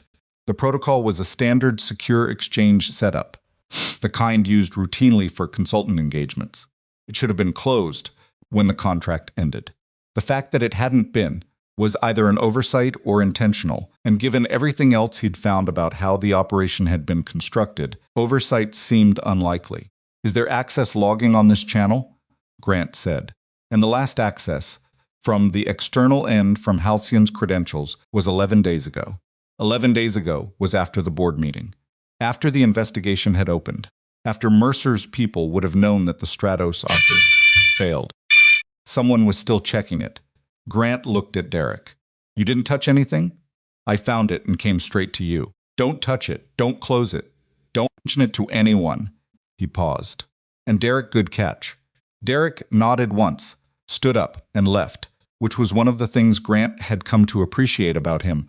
He didn't need acknowledgement to last more than 10 seconds. Grant picked up his phone and called his FBI contact. Her name was Special Agent Renata Moss. She was methodical, somewhat humorless, in the particular way of people who take their work seriously and have stopped finding jokes about it funny, and she had a quality Grant respected. She told him the truth about what she could and couldn't share, rather than performing transparency while sharing nothing. There's an active file transfer protocol still open between Stratos' vendor system and a Halcyon Strategic Partners credential, Grant said when she answered. Last accessed 11 days ago from the Halcyon end. I think it's still being monitored. A brief silence. You haven't touched it. No. I need the protocol specifications and the access logs. I can have them to you in an hour. Do that. Another pause, shorter. Grant, this is part of the active investigation. I need you to send me what you have and step back. I understand. I mean it. I know you mean it. She paused again, with the specific pause of someone who knows they're not going to get the full agreement they're asking for, and is deciding whether to push. She decided not to. Send me the logs, she said, and hung up. Grant sent her the logs. Then he looked at the wall for a while. Stepping back was correct. Stepping back was the right thing to do. The investigation was real, the process was working, and inserting himself into the operational phase of a federal case was not his role and would likely compromise the case if he did it wrong. He knew all of this. He also knew that file transfer protocols could be closed from either end, and that a man who had been building and dismantling operations for 20 years would understand very quickly that an open channel was a liability. If Mercer's people realized the channel was being watched, and they would realize, eventually they would move. and when they moved, Mercer would move with them. Grant sat with that for 2 days. On the third day, Renata Moss called him back. "We've traced the access point," she said. "The Halcyon credentials are being used from a location in Northern Virginia, industrial area outside Alexandria. We're moving tomorrow morning." "I want to be there," Grant said. I'm not asking to participate in the operation. I'm asking to be present. There's information with this case that's personal to me, Agent Moss. The man you're looking for, his network, was connected to a compromised operation I was part of 11 years ago. 2 men on my team died. I have spent 11 years not knowing who was responsible." He stopped. "Let that sit. I'm not asking you to let me in the room. I'm asking you to let me be outside the building." A long silence. "Outside," she said. "You stay back, you don't approach, and if I tell you to leave, you leave." Agreed. This conversation didn't happen. "What conversation?" Grant said.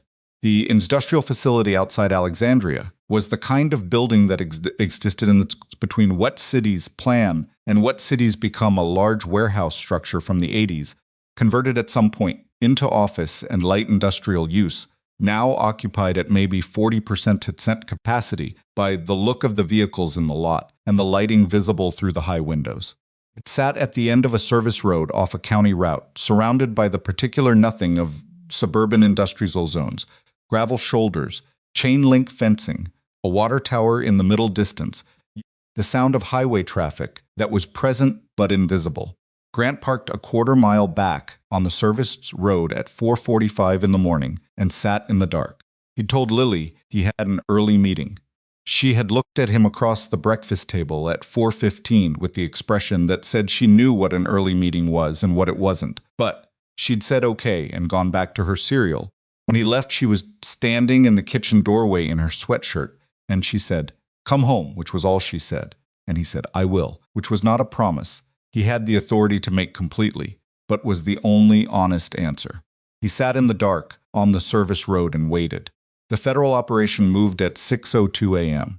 He could see the vehicles from where he parked not clearly, just the movement of shapes in the pre-dawn gray, the way a coordinated entry looks from a distance, purposeful, fast, multiple approach vectors converging. The lights inside the building going on, the particular quality of a space being cleared room by room. Grant waited. At 6:22, he heard the thing he'd been listening for, without admitting he was listening for it. Movement on the east side of the building, beyond the main activity, where the chain-link fence met a drainage easement that ran along the back of the property. It was not the sound of the federal operation. They were coming in from the west and north. This was the sound of someone using the 30 seconds between the initial breach and the perimeter being fully secured to do what careful people do when careful plans fail: get out a different way. Grant got out of the truck. He moved along the fence line in the gray morning, keeping the chain link to his left, walking fast and quiet on the gravel shoulder. The drainage easement ran down a slope toward a culvert under the county route, 30 yards of open ground, functional cover, a clear path to the road if you made it that far. A man was already halfway down the slope when Grant came around the corner of the fence. Silas Mercer was 61 years old, which Grant had known from the research. But research doesn't prepare you for the fact of a person in the early morning light. He was heavier than his photographs. The photographs were probably 10 years old, and he moved with the particular urgency of a man who was in good enough shape to run, but hadn't run in a while, and was drawing on reserves that weren't as deep as he remembered. He was carrying a bag over one shoulder. He'd had this ready-a-go bag, the operational preparation of someone who had always kept an exit in his back pocket. He saw Grant at the same moment. Grant came around the fence. He stopped. The two of them stood on the slope in the gray morning, with the culvert 30 yards beside Mercer and the chain-link fence behind Grant and the facility above them, where federal agents were moving through rooms. The highway sound was constant. Somewhere a bird was doing something in a tree. Mercer looked at Grant. He was breathing hard from the run down the slope. His face was the face of a man doing a rapid threat assessment, which Grant recognized, because it was the same thing Grant was doing. Evaluation of two people who had both spent time in situations where reading the other person quickly was the thing that mattered. "You're not a federal agent," Mercer said. His voice was steadier than his breathing. Grant said, "Stratos Dynamics. He said it like a conclusion, not a question. The security man, Grant Holloway. Something moved in Mercer's face. A recognition that was slightly different from what had come before it, deeper, going back further. Holloway, he said the name carefully, the seal. Who I am, Grant said. I know your file. Mercer shifted his weight slightly, the unconscious preparation of a man calculating a path. You were part of the Kessler operation. 11 years ago. 2 men died in that operation. People die in operations. He said it without particular cruelty. Just flat. The matter-of-fact quality of someone for whom other people's deaths had long since become an abstraction. Flatness was, Grant thought, the most honest thing about him. The intelligence was compromised, Grant said. The root package was leaked before the insertion. Who did that? Mercer looked at him steadily. He was still calculating the slope, the distance, the odds. Grant could see him doing it. What do you want, Mr. Holloway? You're not a federal agent. You have no authority here. You can't arrest me. I don't want to arrest you, Grant said. What? I want to know why. He said it simply, without heat. The Kessler operation. 2 men on my team died because the route was compromised. I spent 11 years not knowing whether I'd missed something, whether there was something I could have done. He paused. I need to know whether it was mine to carry. Mercer studied him for a moment. The calculation in his eyes shifted, moved from the slope and the culvert to something more internal. Selp, the specific attention of someone who has been asked something that requires a different kind of answer than they were preparing. The Kessler operation threatened a financial relationship that had taken 4 years to build, Mercer said. His voice was precise, almost academic. The SEAL team's mission, if completed, would have dismantled a network that controlled approximately $800 million in regional contracting. The route intelligence was provided to the opposing party to prevent that outcome. He looked at Grant. Your team was not the target. The mission was the target. Team was an acceptable loss, Grant said. A variable, Mercer said. Larger calculation. Grant looked at him. He stood there to some of the gray November morning and held that for a moment, the thing he'd carried for 11 years, now given its full shape by the man who had built it. An accident. Not a failure on Grant's part. Not something he'd missed. A deliberate choice made by a man who looked at human beings and saw variables. Something shift. Not the dramatic release of something long held, nothing that clean. More like a slow exhale. The kind that doesn't feel like much while it's happening, but changes the pressure in a room. You destroyed my career, Grant said. You killed 2 of my people. Then you spent 18 months building a case against a woman who built something real and never hurt anyone. Mercer said nothing. You're going to answer for all of it, Grant said. I'm going to make sure you don't get around it. Mercer looked at the culvert. 30 yards. Grant was between him and the fence, not between him and the slope. The math was probably workable if Mercer was willing to bet on it. I'm 61 years old, Mercer said. Not to Grant specifically. To the situation. I'm not running down a drainage ditch. Grant said you're not. They stood there for another moment on the slope. The morning was getting lighter, the flat gray of early dawn, moving toward something that might eventually become actual daylight, though the November sky wasn't committing to it yet. Grant heard footsteps on the gravel above, and behind him agents clearing the perimeter, moving toward the east side. 30 seconds, maybe less. Mercer heard it, too. He looked at Grant with the expression of a man who has run the final calculation and found the result unambiguous. You could have stepped aside, he said. You have no legal reason to be here, Grant said. So why? Grant looked at him. He thought about 2 men whose photographs he hadn't been able to look at directly for 11 years. He thought about the operation that ended his career under the gray language of institutional self-protection. He thought about 18 months of careful, patient, rule-abiding corruption inside a company built by a 30-year-old woman who had worked for every piece of it. Because someone had to, he said.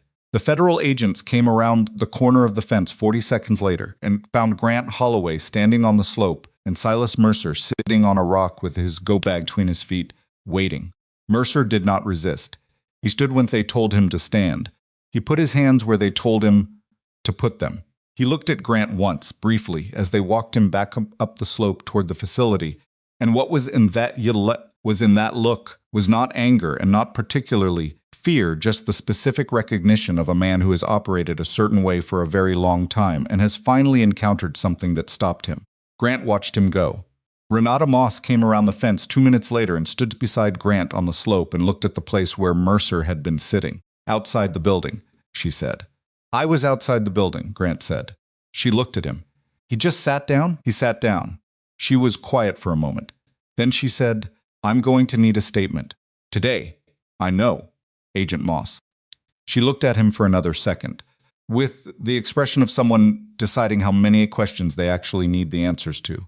Then she turned and walked back up toward the facility, and Grant stood on the slope, alone, for a moment in the gray November morning. He stood there until he was ready. Then he walked back up to his truck. He walked back up to his truck and got in and sat with his hands loose on the steering wheel and looked through the windshield at the service road and the chain-link fence and the water tower in the middle distance. He thought about two men whose names he carried. He thought about them directly, which was not something he had allowed himself to do in a very long time. He let himself think about their faces and their voices and the specific weight of having served alongside self, managing it, what he felt, without managing it into something smaller or more functional. It took a while. When it was done, it wasn't gone. It wasn't resolved in any clean sense, but it was different. It had a different relationship to the present than it had had before. It was the past, fully and completely, for the first time. Grant put the truck in gear and drove back toward Richmond in the growing light. He stopped at a diner 12 miles from home and ate breakfast alone at a corner table: eggs, toast, coffee that was too strong but that he drank anyway. And he sat there in the ordinary Tuesday morning diner in Northern Virginia while the place filled up around him with people going to work and school and wherever people go on Tuesday mornings. And he was just one of them, a man eating breakfast in a corner booth, tired in the specific way that comes from having done something that needed doing. He left a tip that was probably too large for the coffee and the eggs, and he went home. Lily was at school. The apartment was quiet. The kitchen was the kitchen refrigerator, humming, fluorescent light flickering above the sink, the cracked tile by the back door that he'd been meaning to fix for nearly 2 years. Grant stood in the kitchen for a moment. He looked at the tile. He went to the hall closet and found the box of tools he kept there. And he found the tile adhesive he'd bought 8 months ago and put away because the timing had never seemed right. And he came back to the kitchen and knelt down and began to fix the tile. It took about 20 minutes. It was not a complicated repair. The tile had been cracked since the year after they moved in, when he'd dropped a cast iron pan and it had hit the corner just wrong. He'd looked at it every day since. He'd told himself he'd get to it. He'd never gotten to it. He pressed the tile back into place and held it while the adhesive set and looked at it until it looked right. Then he stood up and washed the adhesive off his hands at the kitchen sink and stood at the window for a minute, looking out at the street below, the ordinary Richmond Tuesday, the cold November light, the street doing its street things entirely, without regard for anything that had happened in the last 6 weeks or the last 11 years. His phone buzzed. A text from Audrey. They have him. Moss called me. Are you okay? Grant looked at the message. He thought about how to answer it honestly. Yes, he typed. I fixed the kitchen tile. 3 dots appeared. The one by the back door. He stared at the phone. He hadn't mentioned the tile to Audrey. He was fairly certain he hadn't mentioned it to anyone. How do you know about the tile? He typed. Lily told me.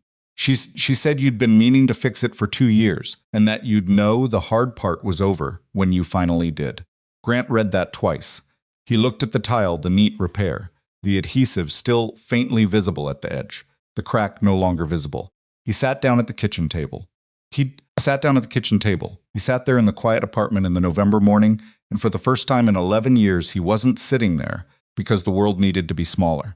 He was sitting there because it was his kitchen and his table and his window and his street, and somewhere across town his daughter was in AP history talking about things that happened 150 years ago. The man responsible for the worst thing in his past was sitting in federal custody, waiting for the machinery of consequence to fully arrive. He sat there and let the quiet be quiet. After a while, he picked up his phone and called Audrey back, and she answered on the second ring, and neither of them said anything important for The first 30 seconds, just the ordinary sounds of two people on a phone, adjusting to the other person's presence. And then she said, "How are you really?" And he said, "I'll tell you over dinner." And there was a pause, and she said, "Okay." And the okay had something in it that was not about dinner at all. He hung up and looked at the kitchen tile. It held. The dinner happened on a Friday, not a significant Friday, no anniversary, no occasion, nothing that would make it memorable from the outside. The city was doing what Richmond did in December, cold without being dramatic about it. The streets, carrying that particular mix of holiday lights and ordinary Tuesday becomes Friday fatigue that every working city carries in the last month of the year. Audrey, he'd intervened, called him that afternoon, around 3, while he was in a security division meeting Travis going through the revised protocol structure for the main building entrance. Travis had seen Grant's face when the call came in and had said, without being asked, "Go ahead. I've got the rest of this," which was either professional competence or perceptiveness, and with Travis it was increasingly hard to separate the two. Grant stepped into the hallway and answered. "Tonight," Audrey said. Preamble. "That dinner, if you're free." He was free. He'd been free every Friday for 11 years, which was a choice, and he'd known for approximately 3 weeks that this particular Friday was coming without being able to say exactly how he'd known. Seven, she said. "I'll send the address." He went back into the meeting and finished the protocol review with Travis, and Travis did not say anything about the call or the address that came through on Grant's phone. 20 minutes later, which was one of the things that was quietly making Travis easier to work with than Grant had initially expected. Grant drove home at 5:30, changed his shirt, not the same shirt he'd worn to the evaluation 6 weeks ago, a better one. Though still not new, told Lily he was going out, and stood in the kitchen for a moment, while Lily sat at the table with her homework. She looked up, she took in the shirt, the fact that it was Friday, the particular quality of his standing in the kitchen for no reason. "Have fun," she said, and looked back down at her homework. "Stay up too late," he said. "Dad, go!" He went. The restaurant Audrey had chosen was not the kind of place that announced itself. It was on a side street in the Fan District, small, warm, the kind of lighting that happens when someone has thought carefully about how people look in a room and has acted on that thinking. Expensive in a performative way, just considered. Grant arrived 3 minutes early and sat at the bar with a glass of water and watched the room do its Friday evening things. Audrey arrived at 7 exactly, which he expected. She was wearing a dark coat over something that was not work clothes, the first time he'd seen her in something that wasn't a blazer or a boardroom-ready version of herself. She looked like a person rather than a position, which was the point, he understood. She'd made a deliberate choice about that. She sat across from him at the table by the window, and they ordered, and for the first 10 minutes, they talked about things that were not the last 6 weeks she asked about Lily's AP history class, which Lily had apparently mentioned to Audrey in the brief conversation they'd had when Audrey stopped by the 16th floor conference room the day after the board meeting to thank her directly for refusing to be used as a weapon. Grant hadn't known that conversation had happened until Lily mentioned it at dinner 3 days later, briefly, in the way she mentioned things that had mattered to her sideways, without looking up from her plate. "She told me you came to talk to her," Grant said. Audrey looked at him. She deserved to hear it directly. She made a real decision that day. She paused. Most adults wouldn't have made the same one. Grant thought about Lily in the coffee shop, figuring it out in real time. "They just needed you to leave," he said. They wouldn't. The food came. They ate. The conversation moved the way conversations move when two people have been through something together and are now, for the first time, sitting somewhere that isn't the middle of it, a little carefully at first, finding the register, and then gradually, less carefully as the evening settled around them. Grant told her about the drainage easement, about finding Mercer on the slope.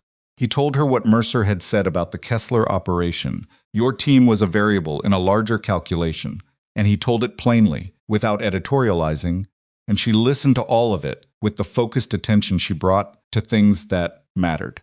When he finished, she was quiet for a moment. "How long have you known that his network was connected to your operation?" she said. "Since I found his name in the corporate chain." About a week before the board meeting. "You didn't tell me." She looked at him, not with accusation, something more considered than that. Why? Because the moment that information was in the room between us, my objectivity about your situation became a question. I needed you to be able to trust that what I was doing for you was about your situation, not about my own history. Audrey was quiet for another moment. Outside the window, the fan district did its Friday evening things couples walking, a group of people going into a bar across the street, the ordinary human traffic of a city that didn't know or care that anything particular had happened in the last 6 weeks. Was it, she said, separate? Grant considered the question honestly. This is the piece about my team, that was mine. The piece about your company, about what was being done to you, that was yours. They happened to involve the same man. He paused. I didn't let one drive the other. I tried not to. I believe you, Audrey said. She said it, simply, without the qualifier of I think or I hope, just the plain statement of someone who has decided. I also think, she continued, that you've been managing what you let people see for so long, that you sometimes don't know you're doing it. Grant looked at her across the table. The candlelight, there was a candle, one of those restaurants, made her expression harder to read, in the specific way that candlelight does, which is to say it made it more honest, less mediated by the overhead fluorescence of daily life. Probably, he said, it's not a criticism. She picked up her wine glass and held it without drinking from it. I do the same thing. You build something from nothing, and you spend 10 years being the person who can't afford to be uncertain in a room, and eventually the performance and the person get close enough together that you stop being able to see the seam. Grant looked at her. Is that what happened with the board? Partly. She set the glass down. I knew Warren was difficult. I knew he'd been looking for leverage against me since the Q3 projections. I told myself it was manageable, that I could work around it. I didn't want to believe someone I'd sat across a table from for 3 years was. She stopped. Actively working against everything I'd built. She paused. It's easier to manage a known difficulty than to accept that the difficulty is also a betrayal. Yes, Grant said. It is. They sat with that for a moment, the mutual recognition of two people who understood from different angles exactly what that cost. The formal outcomes arrived in stages, the way formal outcomes do not in a single dramatic announcement, but in the accumulated weight of processes completing themselves over weeks and months. Warren Caldwell resigned from the Stratos board 11 days after the emergency meeting, in a letter that his attorneys had clearly written and that said nothing specific about anything. The federal investigation into his financial relationship with Meridian Capital was ongoing, and he had been advised. No, the letter noted that it was in his best interest to limit his public statements. This was the language of a man who knew exactly what was coming and was trying to control the shape of its arrival. Ray Holt's cooperation with investigators had produced it, as Grant had suspected. A partial picture enough to confirm the server room access and the communications routing, enough to reach all the way to Mercer without the other evidence Grant had provided. The cooperation had earned Holt a reduced charge, which was the calculation he'd been making from the day he was walked out of the building. Grant had no strong feelings about that. Holt was a piece. The piece had served its function in the larger architecture. What happened to the piece afterward was the justice system's problem. Mercer's case was different. Mercer had not cooperated. Mercer had retained 3 attorneys and had said, through them, nothing beyond what was legally required. Grant had expected that. A man who had operated as carefully as Mercer had operated, for as long as he'd operated, did not reach 61 years old by talking to investigators when he didn't have to. What Grant had given Agent Moss, the corporate chain, the financial transfers, the communications routing, the server room logs was enough. Holt's partial cooperation, and whatever the digital forensics team had pulled from the facility outside Alexandria, to build a case that the federal prosecutors were describing in the careful language of people who never overpromise, as substantial. Grant had sat in Moss's office on a Wednesday afternoon in early December, and she had walked him through what the investigation had confirmed, the part she was authorized to share, and he had listened and asked 3 questions and left. He had driven home along the river road that ran south of the city and sat at one red light for longer than he needed to, looking at the James River in the December gray, and he had thought about what substantial meant and what it didn't mean and what it was and wasn't his responsibility to carry. It meant Mercer would answer for what he'd done. It didn't mean it would be fast. It didn't mean it would feel like what the movies said. Justice felt like the clean resolution, the moment of obvious closure. It would be a long legal process with continuances and motions and eventual outcomes that would look nothing like the slope at 6A. In November, Grant had made his peace with that before he ever got in the truck that morning. He pulled through the red light and drove home. The Navy letter came on a Thursday in mid-December. It came in a standard envelope, official return address, which Grant almost set aside with the utility bills before he registered what the return address said. He stood at the kitchen counter and opened it, and he read it standing up, which is how he read things when he didn't want to make a ceremony out of them. It was a formal notification that the Naval Special Warfare Command had completed a review of the operational record of Chief Petty Officer Grant Allen Holloway. No. Service number withheld. Connection with events occurring during a classified mission in the relevant theater of operations. The review had found that the operational compromise responsible for mission failure and personnel casualties had resulted from an external intelligence breach with no connection to any action or omission on the part of Chief Petty Officer Holloway or the members of his unit. The notation of coordination failure in his service record had been found to be inaccurate and was hereby formally corrected. His service record now reflected accurately the nature of his discharge and the circumstances of the mission. There was more. Standard language about appeals processes and official copies, and the filing of documentation with the National Personnel Records Center. He read it all. He put the letter on the kitchen counter. He stood there for a while. There was no dramatic internal shift. He didn't feel the thing he might have expected to feel, the relief of vindication, the civic satisfaction of a wrong being officially corrected. What he felt was quieter than that, and in some ways harder, the recognition that this piece of paper said something that had been true for 11 years without the piece of paper. The 11 years were the 11 years regardless of what a review board in Washington had decided in December. Sitting on the slope with Mercer in the gray morning, that it wasn't his fault. He had known it before, that had been building toward knowing it, the way you build toward anything real, not in a single moment, but over accumulating time. The letter made it official. That mattered. It mattered for his record, for his name, for the practical and historical fact of what was documented. But the healing, such as it was, had happened on a slope in Northern Virginia at 6A, when a man had told him the truth, and he had stood there and received it, and held it, and decided how to live in its presence. He picked up the letter and put it in the fireproof box in his bedroom closet, next to Lily's birth certificate and his discharge papers and the 2 photographs of his teammates. He stood at the closet for a moment. He took out the photographs. He had not looked at them directly in 11 years. He'd intervened. He had been aware of them in the box the way you are aware of things you're not ready. For their presence noted, their contents avoided, the box opened around them without opening toward them. He looked at them now.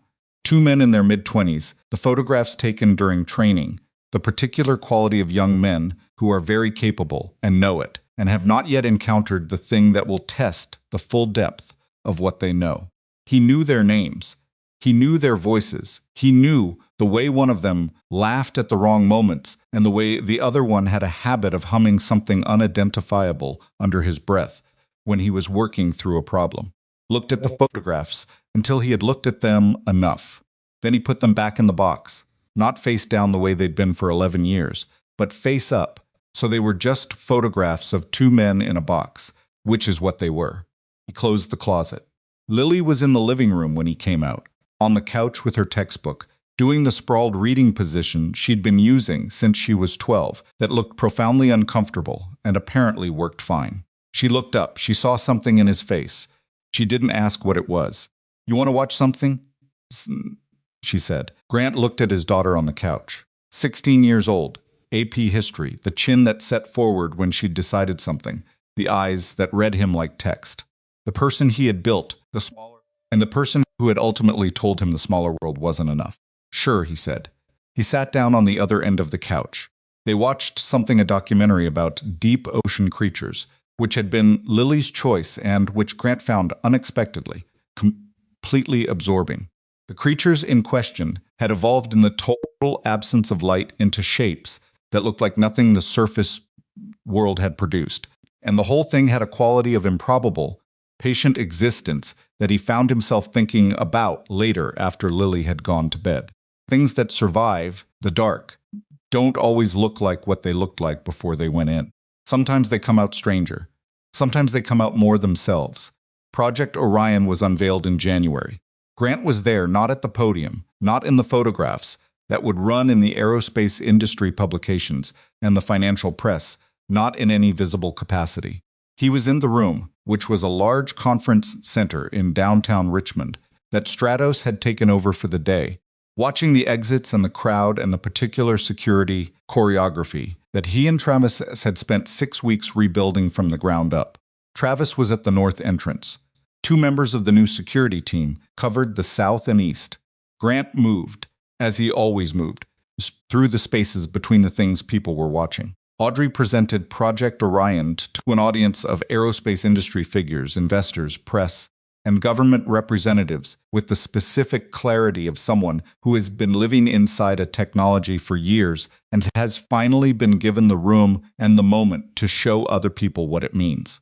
Propulsion system she described and the data she showed, SUPs, and the test results she walked through was not something Grant fully understood technically, but he understood what the room did when the quality and way of attention changed, the way it changes when people are hearing something that rearranges their picture of what's possible. After the formal presentation, during the reception, Grant was standing near the east exit when Audrey found him. She had been navigating the room for 40 minutes. Investors, press, the particular social labor of being the person everyone wants 3 minutes with, and she crossed the room toward him with the expression of someone who has been managing a performance and has found one spot in the room where they don't have to. "How's the room?" she said. "Clean," Grant said. Travis handled a photographer who was in a restricted area. Otherwise, nothing. She nodded. She stood beside him for a moment, both of them looking out at the reception. And the oddness of it, the CEO of a billion-dollar aerospace company and her security directors standing at an east exit watching a party was not something either of them commented on because it was simply what it was. "How do you feel?" he said. She was quiet for a moment. "Like I've been carrying something very heavy for a long time and I just put it down." She paused. "I'm not sure what to do with my hands." Grant looked at her. "You build what comes next. What does that look like?" He thought about that honestly. "I don't know. But you didn't build the first thing by knowing in advance what it would look like." Audrey looked at him with the sideways expression she had, sometimes, the one that was close to a smile but was actually something more like recognition. "That's not bad advice." "It's not advice," Grant said. "It's just true." She looked back out at the room. "I'm creating a program," she said. "Veterans, single parents, people who've been capable for years, but who nobody gave the right door. Positions, real salary, real futures." She paused. "Charity. Structure." Grant looked at her. Where did that come from? From watching a man in worn shoes walk into an evaluation room and see everything everyone else missed. She glanced at him briefly. "And from what Lily said to me in that conference room. What it cost you to keep the world small enough to be safe." She paused again. He should have to choose between safe and real. Yes, he'd stood. Grant stood at the east exit of the conference center in January and thought about that for a moment, the long calculation of his adult life, the choices made in the direction of safety, the smaller and smaller radius of the world he'd allowed himself and Lily to inhabit. He had made those choices with what he had. He had made them because they were the best answer he could find at the time to a question that felt impossible. But they had cost something. He knew that now, in a way he hadn't let himself know before. Just in career terms or opportunity terms, but in the simpler, more human accounting of a life, what you pursue, what you allow, what you make room for. "That's a good program," he said. "I know," Audrey said. More quietly, "I know it can't fix what it's fixing, but it can change what happens next for people." Grant thought about that. "Sometimes that's enough," he said. She nodded.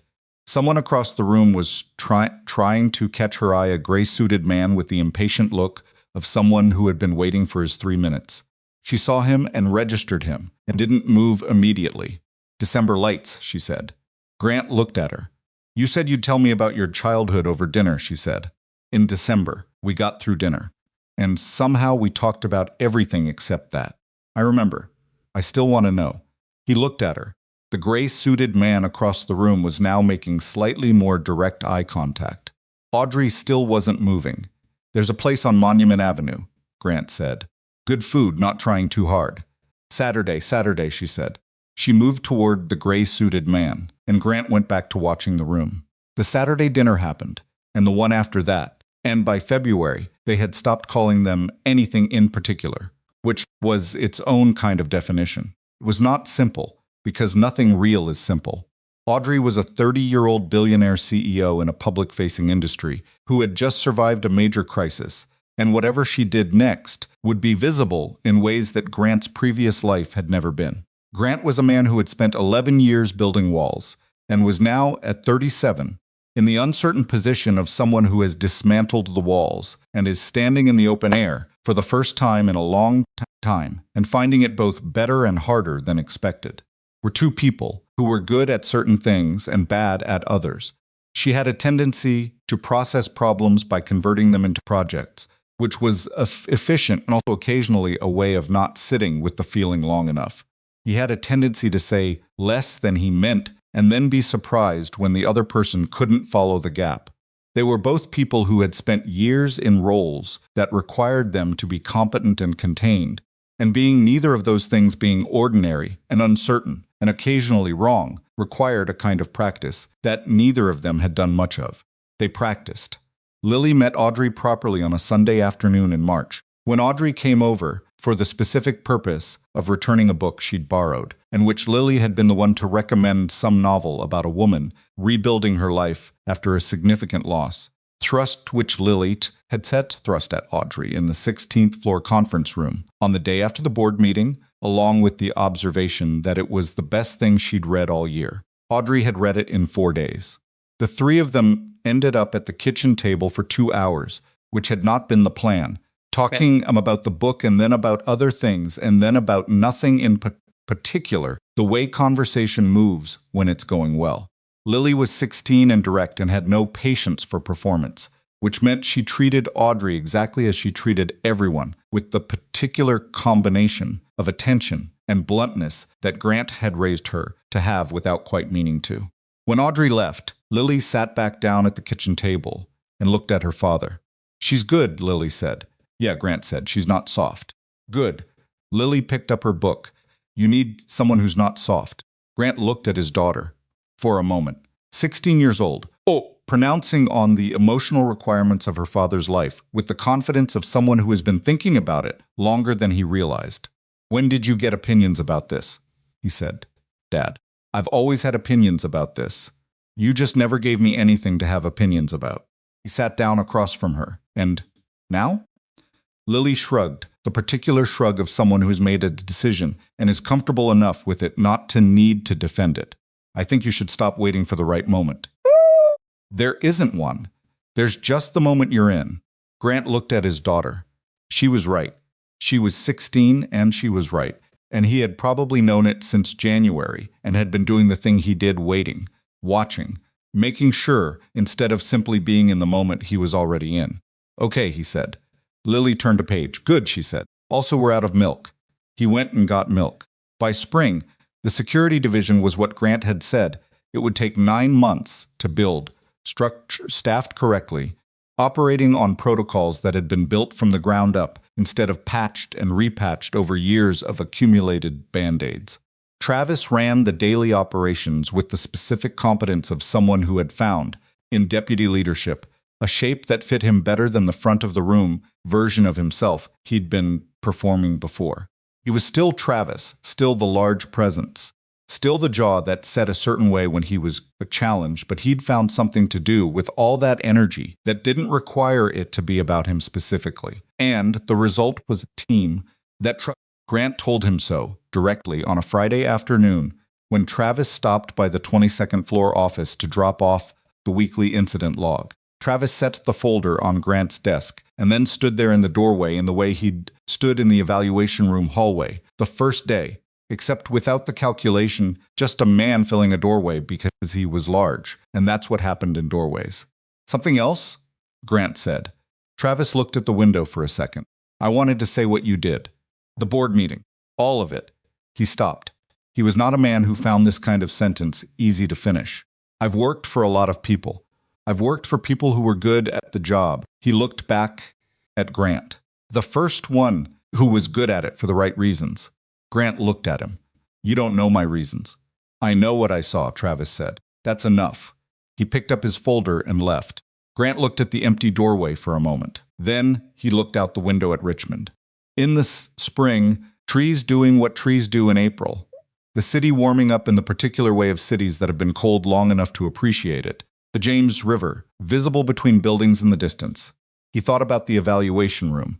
7 seconds, Travis on the floor, and then Grant pointing at the woman in the doorway that nobody else had seen. He thought about 3 weeks of logs and the particular loneliness of knowing something and not being able to say it yet. He thought about a boardroom and a folder and the risk of walking into a room where you have no standing and doing it anyway because there is no other option. He thought about a drainage slope at 6 in the morning and a man sitting down on a rock. He thought about a kitchen tile, finally repaired. He thought about Lily at 16, deciding not to be a weapon. He thought about Audrey building a program so that the next person who walked into an evaluation room in worn shoes would have a door instead of a wall. He thought about 2 photographs in a fireproof box, finally facing up. None of it had been clean. None of it had unfolded the way you'd write it if you were writing something designed to be satisfying. Real things rarely did. They had loose ends and imperfect resolutions, and the specific incompleteness of events that don't fully conclude but simply become the past, which is a different thing. But it was real. It was fully, completely, unreservedly real.